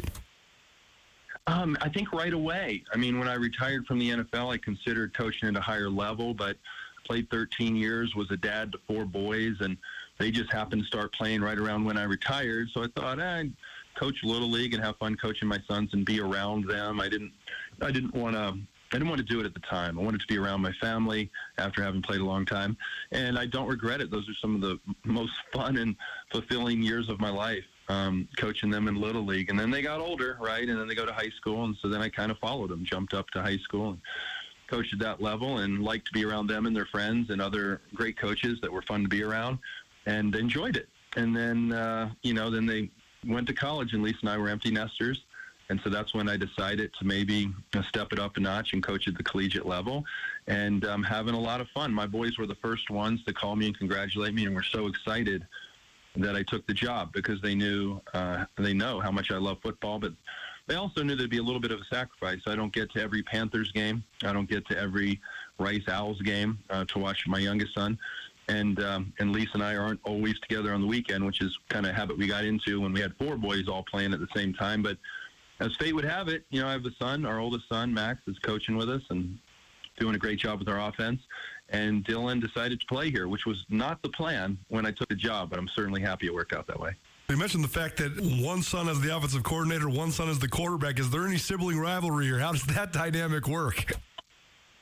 You learn as a parent, I'm sure any parent will tell you who's coached their son or daughter, it can be the greatest blessing in the world, or it can end tragically if it's not handled the right way. And I learned early on that it's sometimes harder for, a son or daughter to receive information from a parent. It's easier from a sibling. And that's kind of the way it's worked out here. Max and Dylan are brothers. They're great friends. And Max is an incredible coach. He coaches everyone on our team, obviously, but those two get along and speak the same language. So it's been better than I even anticipated. And as a head coach, I learned a long time ago to coach through other coaches. We have a great quarterback coach, J.J. Rattering, and he does a phenomenal job coaching all of our quarterbacks. And when I need to coach, I'll coach through them. I won't do it directly. I think that information is easier to receive that way. Ed McCaffrey joining us. He's the head coach of Northern Colorado. Northern Colorado plays at Montana State on Saturday afternoon. Big Sky Conference showdown there in Bozeman. And, Coach, you mentioned the culture of a program. And I think that's a word that's used a lot in college football and in football in general, but maybe an elusive dynamic for some, but an important one for all. But there's also probably a distinctly different element of what culture might mean at different levels of football. So from your experience in the NFL, but then now as a college coach, after being a high school coach, what are the differences? What does it take to go about building culture, specifically at the FCS collegiate level, and maybe how is that different from what you experienced with the Broncos or what you experienced at Valor Christian or throughout your football life? Well, we talk a lot about football being fun. For me, it's really more a fulfillment. Are you feeling fulfilled by playing this sport? Do you have the respect of your teammates and your coaches? I look at teams that are a hardworking group of players who share that self-sacrifice and play together as one and love what they're doing. And that shows on the football field. You can tell the teams that are organized and disciplined and unselfish, that give you everything they have. Forget the scoreboard, right? I mean, is it a type of team that loves what they're doing and gives you everything they have and plays up to their full potential and leaves the field with no regrets? So those are the types of teams I like to be a part of, teams that hold each other accountable and have high expectations for themselves. And the best teams are player-led. I think a good culture usually means that the players hold themselves accountable and have high expectations for themselves, and makes the coach's job a lot easier. I feel like we have that here at UNC. Is that something that's been cultivated since you arrived, or what was the culture like when you first got there? And is there anything you guys have tried to change, or what have you thought of just the way that it's grown and evolved? I'm really pleased with how our team has grown together and evolved. It was obviously difficult. I took over during a COVID pandemic.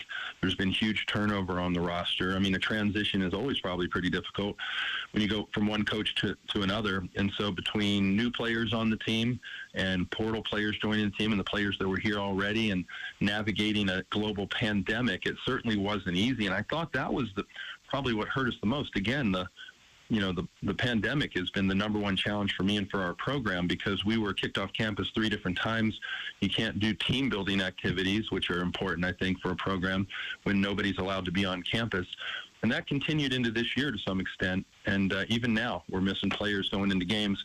And so with all these COVID restrictions and protocols, it makes it harder to be physically present. Even now we have some players that aren't allowed indoors in meetings. And I just never anticipated having to deal with that. That's been the biggest challenge. But on the field and when we are together, I think it's a great group of players that respect each other and have high expectations and hold each other accountable. And that's makes me happy.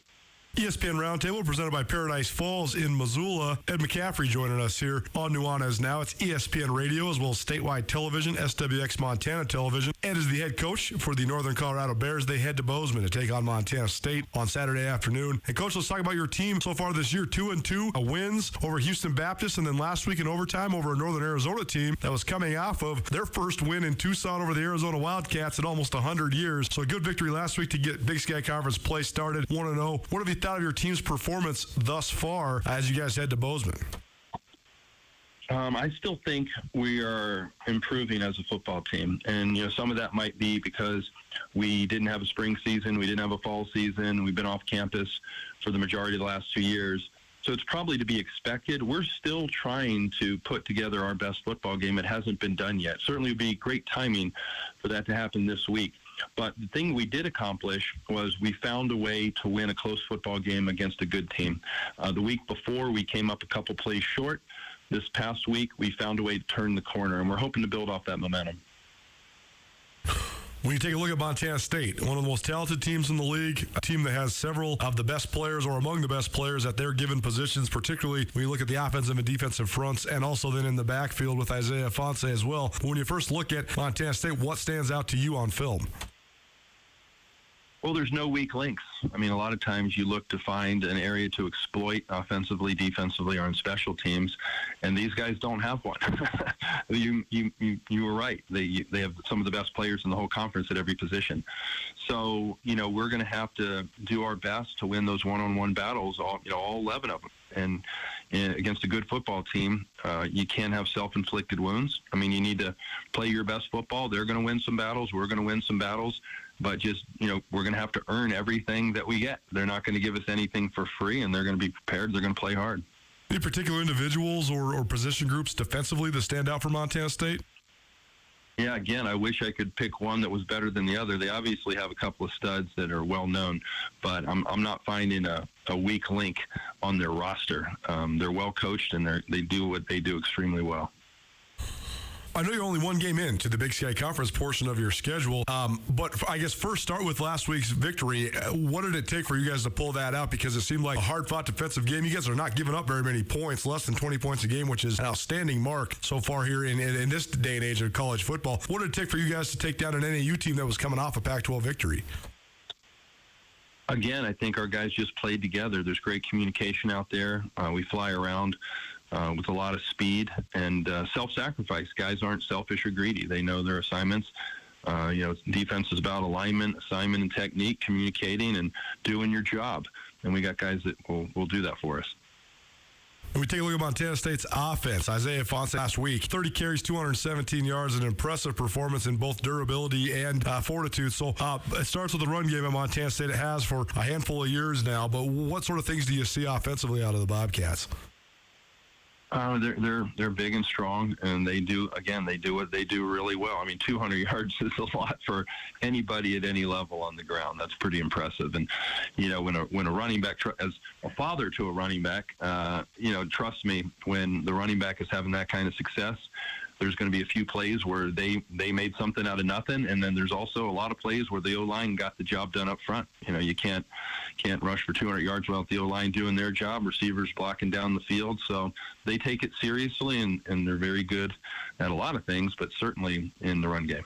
As you prepare to make the trip to Bozeman, what do you think of just the logistical challenges? Because obviously it's easy to get to Bozeman now because it's growing so much, direct flights, all that stuff. But what do you think of just the venue you'll play in, the atmosphere, and just from a broad perspective, not Bozeman aside, what's it like as a head coach preparing yourself to go to a place that you've never coached before? That's pretty much the case with every game I'm coaching this season. Right. So it hasn't changed. I spent my life in the NFL and at Division I level, never been at the FCS level. It's a different world. There's great coaches at this level, and the talent's way better than what I anticipated. And so it'll be a challenge this week. But I've never been there. I'm sure I've heard great things about the crowd and fans in the stadium, and I'm sure it'll be a fun football environment. Ed McCaffrey joining us here on Nuanez Now, ESPN Roundtable. He leads Northern Colorado to Bozeman to take on Montana State on Saturday. And, Coach, we'll get you out of here on this. What are the keys to the game? What matchups intrigue you the most in terms of your team versus Montana State, and what do you think will be the key elements if you guys are going to go on the road and get a victory? Again, I just think we need to do what we've practiced all week well in this game. We can't leave plays on the field.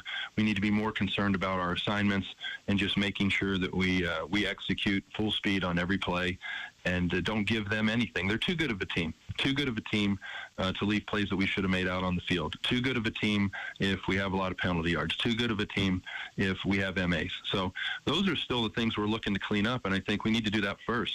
And things hopefully will work out. And, if we do that, we certainly will have a chance to compete. Well, Coach, I know it's a busy time of year. We appreciate you taking the time today. Best of luck in Bozeman on Saturday, and we'll talk to you down the road. But thank you so much for being with us here on ESPN. Thank you, Coulter. There you go, Ed McCaffrey, longtime NFL receiver, and now tasked with, I don't even know if it's a rebuild, the building of Northern Colorado. They had a great success at the Division II level. They've had almost no success at the FCS level since moving into the Big Sky Conference in 2006. So we'll see. We'll see what the McCaffreys can get done. But they play at Montana State, Northern Colorado does, on Saturday afternoon. I got an idea for you. Paradise Falls has got breakfast, lunch, and dinner. They got 30 big screen TVs and 18 draft beers. So, if you're in the mood for some college football, this ESPN Plus is innovating everything. Go to Paradise Falls. Maybe keep an eye on the Bobcat game. Watch some other Big Sky Conference games.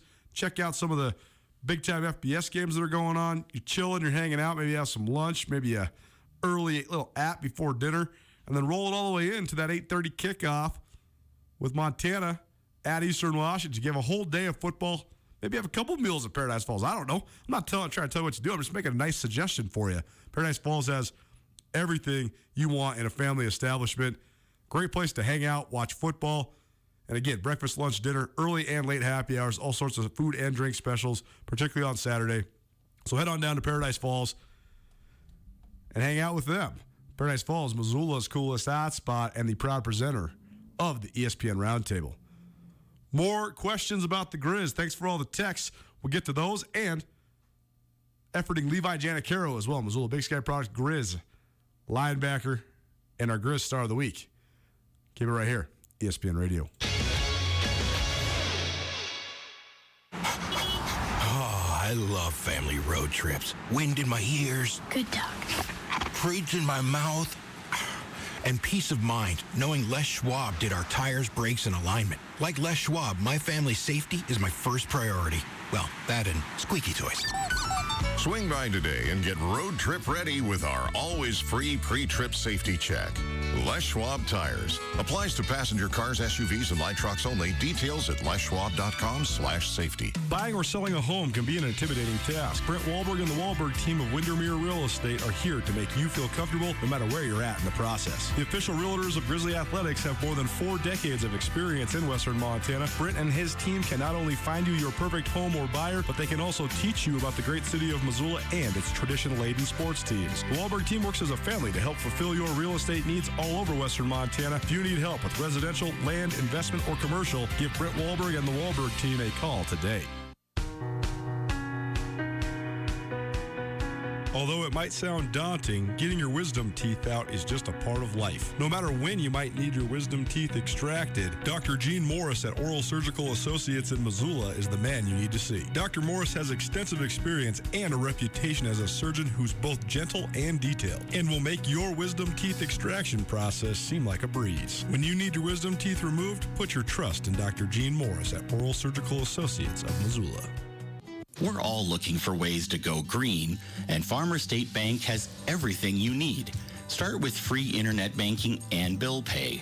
Download our mobile money app for state-of-the-art banking services on the go. And finally, enroll with Zelle, a fast, safe, and easy way to send money to the people you trust. It's free at Farmer State Bank. Save paper, save energy, and save your precious time. Bank greener at Farmer State Bank. Member FDIC. Terms and conditions apply. Football is back, and Nuanez now has everything you need to know about the weekend for the Grizzlies, the Bobcats, around the Big Sky Conference, and around the Treasure State in the prep ranks, too. Join Coulter Nuanez and other contributing guests for the first hour of each Monday's Nuanez Now, beginning at 4 p.m. for compelling analysis, interesting information, interviews, and more. The Montana Football Hour, the first hour of each Monday's Nuanez Now, beginning at 4 p.m. on 102.9 ESPN Missoula and statewide on SWX Montana Television. The Montana Football Hour, presented by Stockman Bank of Montana. Adopt US Kids presents What to Expect When You're Expecting a Teenager. Learning the lingo. Jelly. Jelly adjective. Jelly is a shorter, better way to say jealous. As in, Chloe, I am like so jelly of your unicorn phone case. You don't have to speak teen to be a perfect parent. Thousands of teens in foster care will love you just the same. Visit adoptuskids.org. Brought to you by the U.S. Department of Health and Human Services, Adopt US Kids, and the Ad Council. ESPN Missoula Sports Center. College hoops practice opened around Montana and around the NCAA this week, and the Lady Grizz started the upcoming year with a bang. Hello, I am Coulter Nuanez. New Montana women's basketball coach Brian Holzinger and his staff secured a verbal commitment from McKendra Koenig, a 5'9" point guard from Mill Creek, Washington, who is listed as the 91st ranked player in the United States. Koenig is a 4-star recruit who previously competed for the Austrian U16 national team. The Montana women's soccer team won its 5th consecutive game, all coming by shutout, and finished off a sweep of its Big Sky Conference opening road trip with a 1-0 victory over Southern Utah on Sunday afternoon in Cedar City. The Grizz opened league with a 1-0 victory at Northern Arizona Friday night. Montana's last 4 wins have been by 1-0 scores, with the goals coming from 4 different players. Bella O'Brien scored the deciding goal of the most recent Montana win. In crosstown volleyball action last night, Big Sky took down Hellgate in 4 sets. The Eagles moved to 2-11 with the win, and Hellgate remains winless at 0-9. And finally, in the latest Treasure State Media football poll, the Sentinel Spartans are nearly the unanimous top team in Class AA. The defending state champions won for the 14th straight time at Helena last week to move to 4-0 this season. Sentinel received 14 of 15 first-place votes. Billings West came in second. Kalispell Glacier is number 3. Butte number 4. And Great Falls CMR is number 5. This ESPN Missoula Sports Center is brought to you by Selway Armory.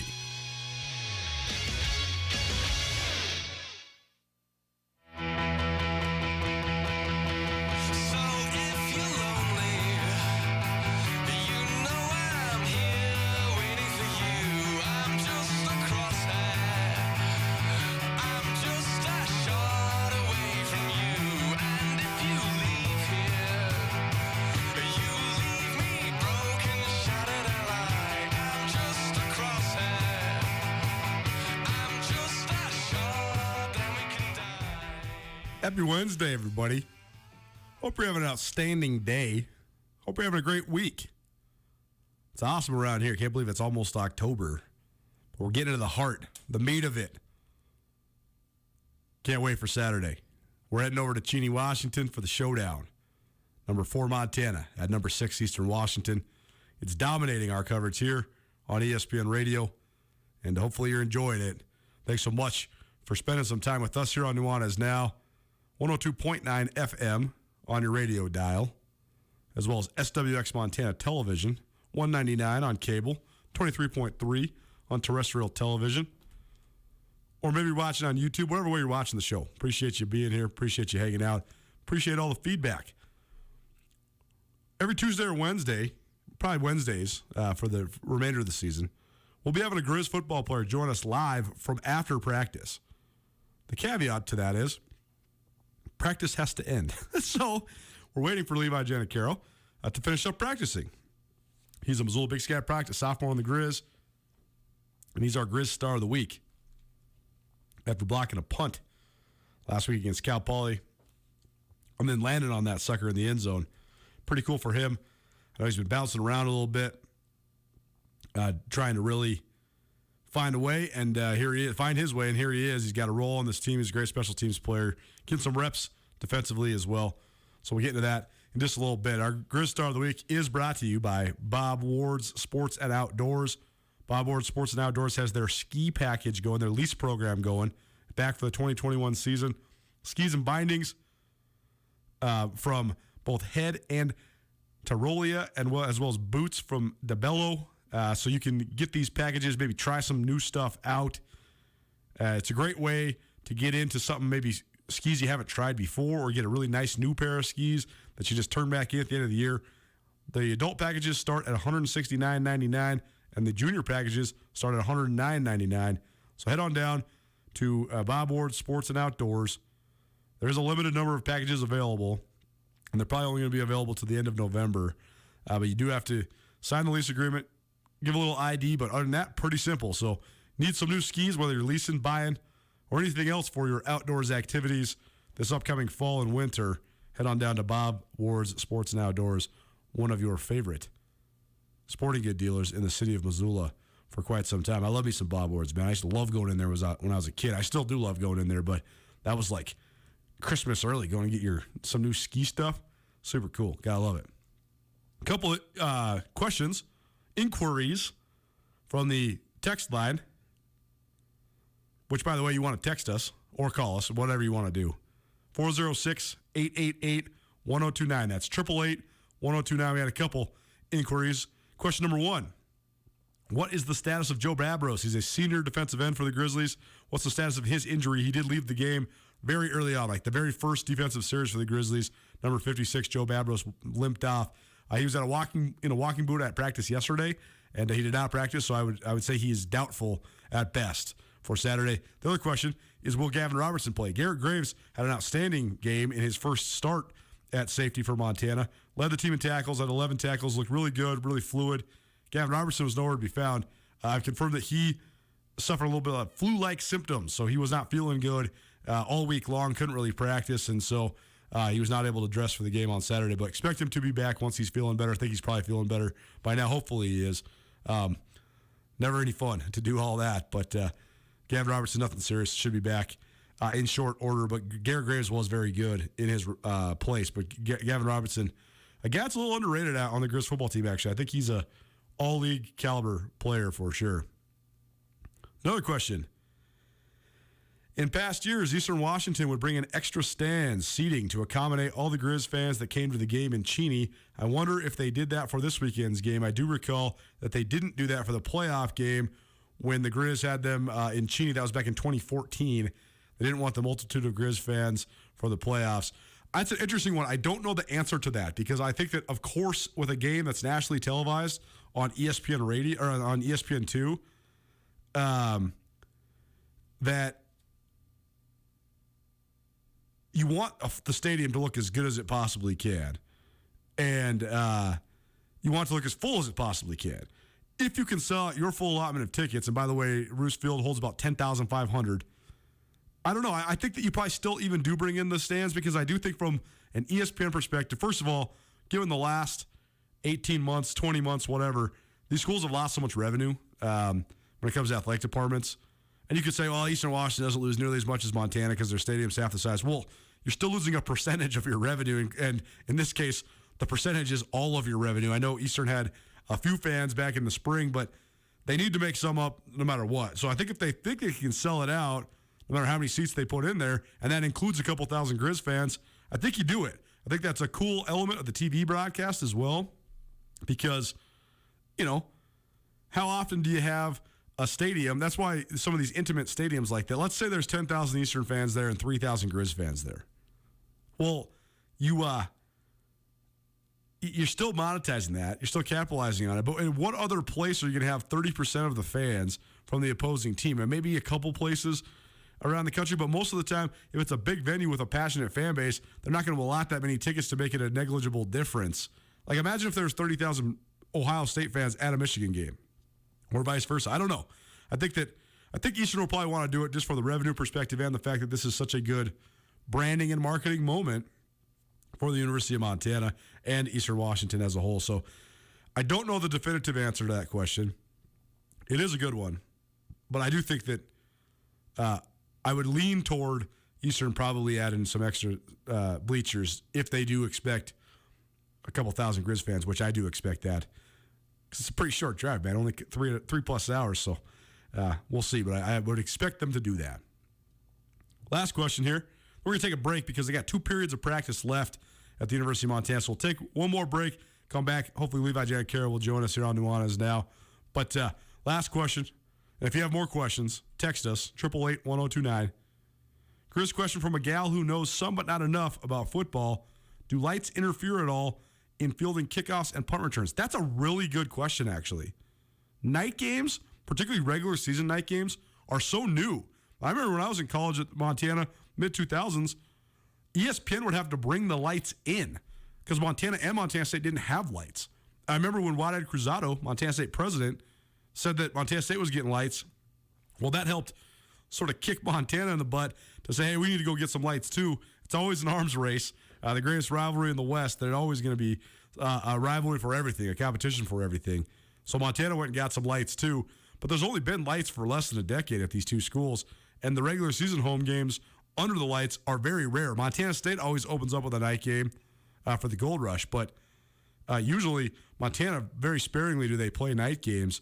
So I don't really know the answer to that question because I haven't really covered that many games where lights are there. I would say no, but I can't definitively say that. So I actually think that's a really excellent question. And you imply that you're a gal who doesn't know that much about football, but I don't know if there's a definitive answer to that. It's actually something I'm going to have to ask around about. So thank you for cueing my curiosity. Grizz Star of the Week with Levi Janet Carroll. And what we got in store for you for the rest of the week, keep it right here. ESPN Radio. Garden City Paint and Glass is proud to offer a huge variety of high-quality paints and stains at affordable prices, like C2 paints, Dunn & Edwards, and Prolux Seacon paints. These brands offer you great quality and great prices. The trained staff at Garden City Paint and Glass will help you with the right colors and tools to get your project right. Visit GardenCityPaintandGlass.com for more information or give them a call at 549-0608. Garden City Paint and Glass, locally owned and serving Montana for over 30 years. Open your new Stockman Bank account anytime, anywhere with online account opening. Now, you can open an account in minutes on your laptop, tablet, or mobile phone. It's convenient, simple, and secure. Open your new account today at StockmanBank.com. Then, add our online and mobile banking services so you can manage your money when, where, and how you want. Stockman Bank, Montana's brand of banking. Member FDIC. The world of real estate is always evolving. That's more true now than ever. If you are a longtime Missoulian that is looking to upgrade or downsize, it might be the best time yet to sell. If you're in the position to buy something new, today might be the best time to buy. And no matter what questions you have when it comes to residential or commercial real estate, Mike Nugent and the professionals at Berkshire Hathaway in Missoula have your answers. To find out what Mike can do for you, give him a call today, 531-1802. And remember, every question is good to ask. We ate a lot of steaks before we came up with the Montana Club's private reserve cut Angus. It's as good a steak as you're going to get. Our private reserve cut Angus is specially cut for us. And with our custom seasoning, it has a flavor that's absolutely incomparable. We're confident that it will satisfy the most discriminating steak customer for an unrivaled steak experience. Real Montana, real food. The Montana Club on Brooks and North Reserve, Missoula. If you've never had a Wappa sandwich from Warden's Market, well, you ain't living. The Wappa and all the other sandwiches available at Missoula's oldest grocery store have a legend that precedes them. Warden's Market also features an exceptional selection of craft and specialty beers. At Nuanez now, we will be giving away a 6-pack and a sandwich from Warden's Market each Thursday during the 4 o'clock hour. Be sure to tune in to Nuanez Now, 1029 ESPN Missoula, Thursdays during the 4 o'clock hour for your chance to win a 6-pack and a sandwich from Warden's Market, Missoula's oldest grocery store. When you went car shopping, you meant business. You aced vehicle history searches and test drives. You out-salesmaned the salesman. Now you've got your wheels. If you manage that, you can get your retirement plan on track. Visiting aceyourretirement.org can help. With 401k tips and smart savings strategies, you'll have the info you need to get more for your future. Go to aceyourretirement.org, because when it comes to speeding past financial challenges, you're an ace. Brought to you by AARP and the Ad Council. This is Nuanez Now on 102.9 ESPN Radio Missoula.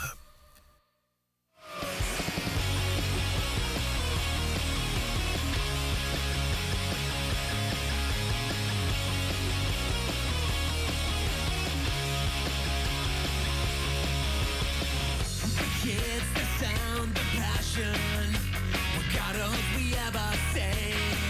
No rules, no fakes, no fashion anyway.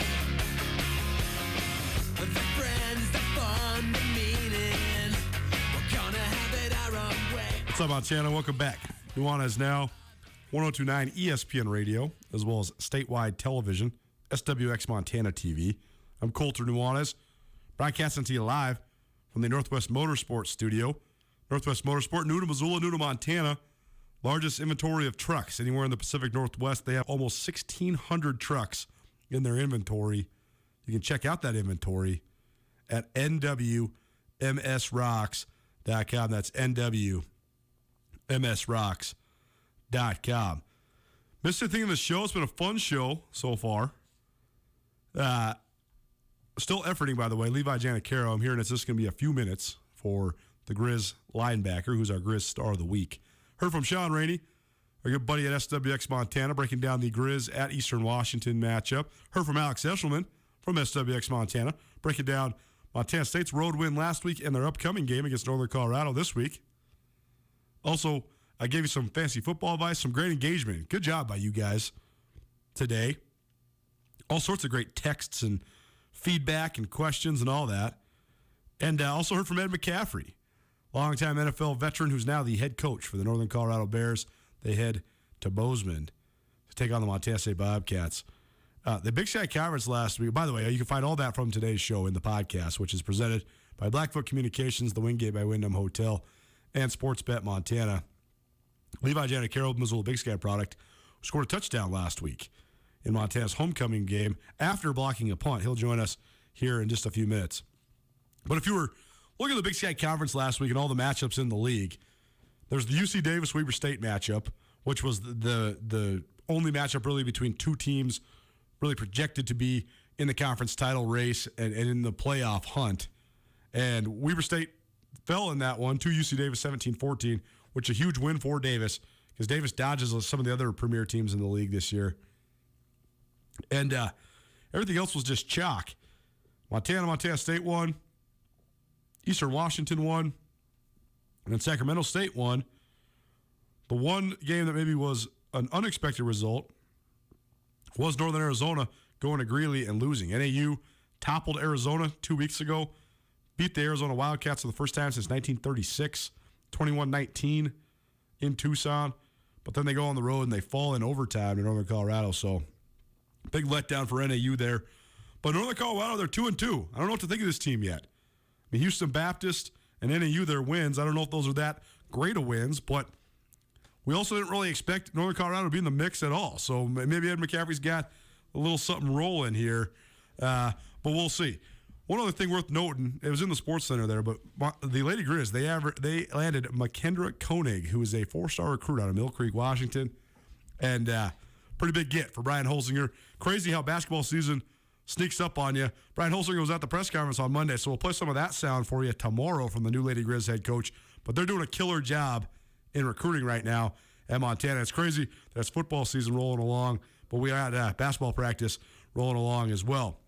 Time now for our Grizz Star of the Week, presented by Bob Ward's Sports and Outdoors. A guy that's joined us on this show several times during his high school days at Missoula Big Sky, but we have not circled back around with him since he signed with the Montana Grizzlies, and he's been putting in the work, and now it's starting to show up. He's Levi Janicaro. Levi, thanks so much for making some time with us, man. I know that you just got done with practice. How are you doing? I'm doing good. I'm really appreciative that you guys would have me on here. Of course, man. We always love the local guys. I'm a Big Sky alum and loved getting to know you when you were in high school, and super fun to have you back on the show. So let's talk about the big moment last week. You guys run a sweet punt block, and you come free, and you tip it. And not only do you tip it, you block it, and then you land on it. So you get your first punt block and your first Grizz touchdown all in one moment on a homecoming Saturday. Take us through it. What did you see on it? What was it like scoring a touchdown at Washington Grizzlies Stadium? Well, Coach Houck, the whole week, he had a game plan in on punt return that looked pretty sweet. I mean, the first couple returns that we had in the game, it kind of opened up.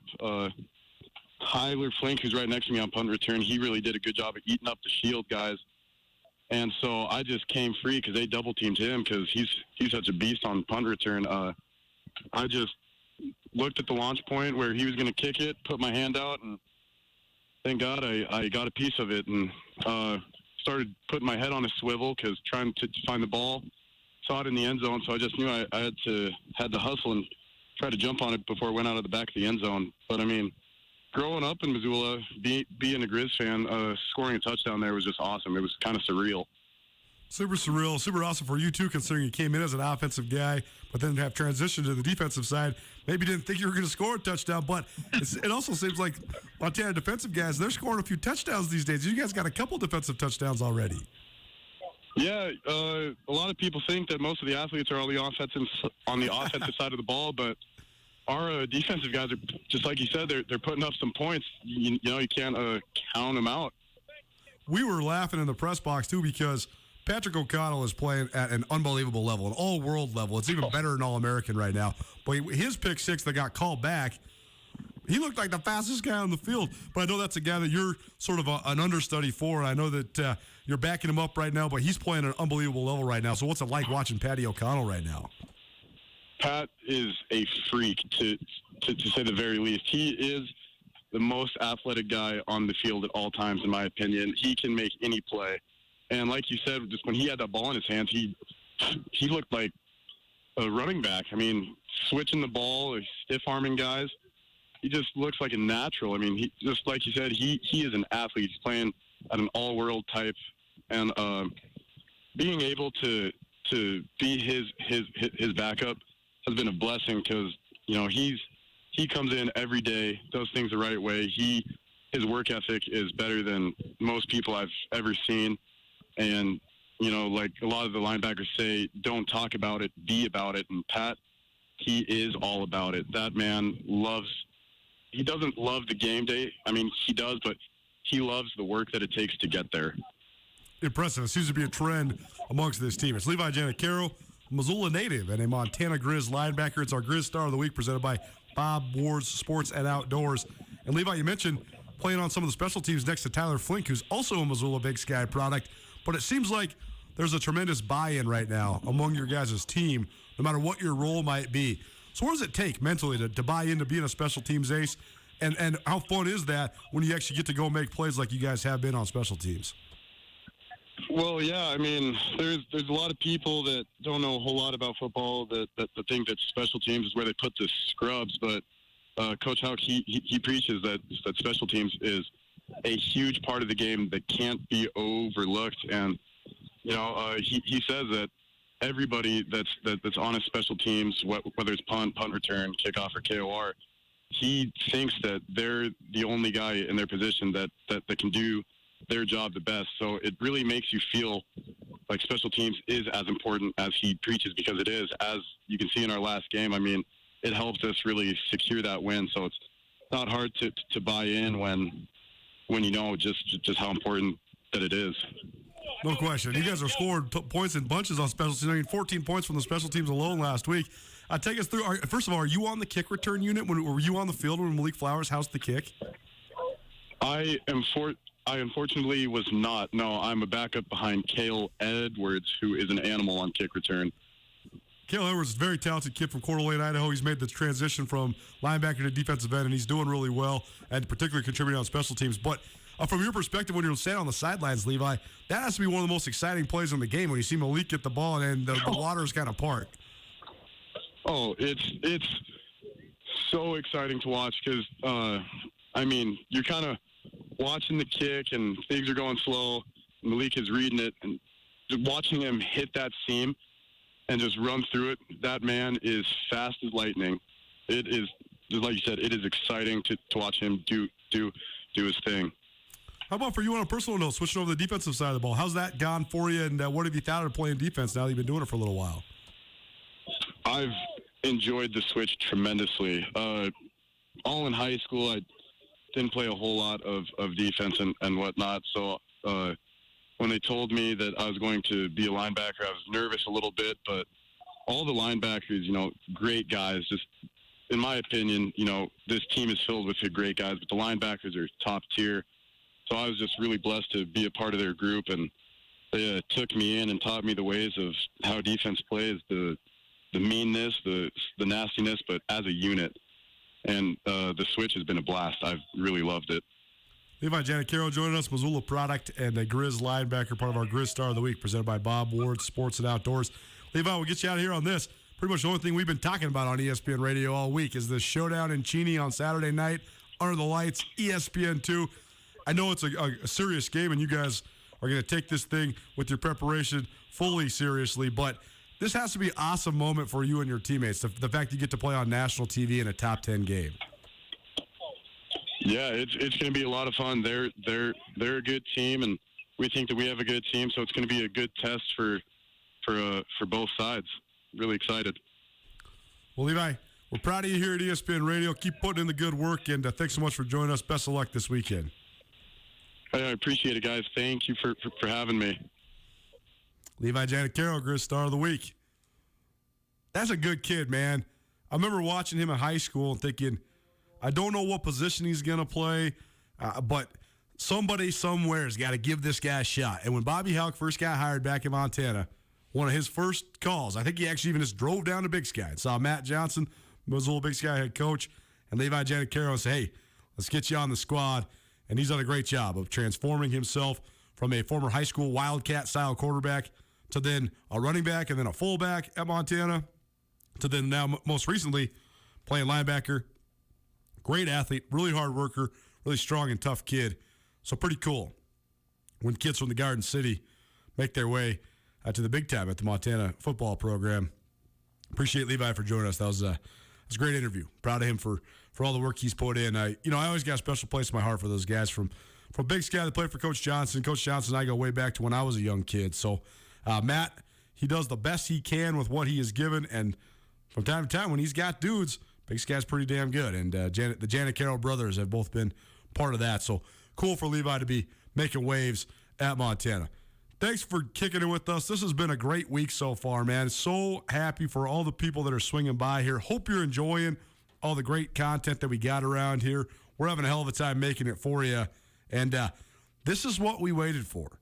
It was a horrific time, particularly in sports media, but all around the country and the world these last almost 2 years. And I know we still got a lot to get through, and there's still a lot of adversity out there in the world, but it is so good to have college football back, especially in a college town and a college football town like Missoula and Bozeman too.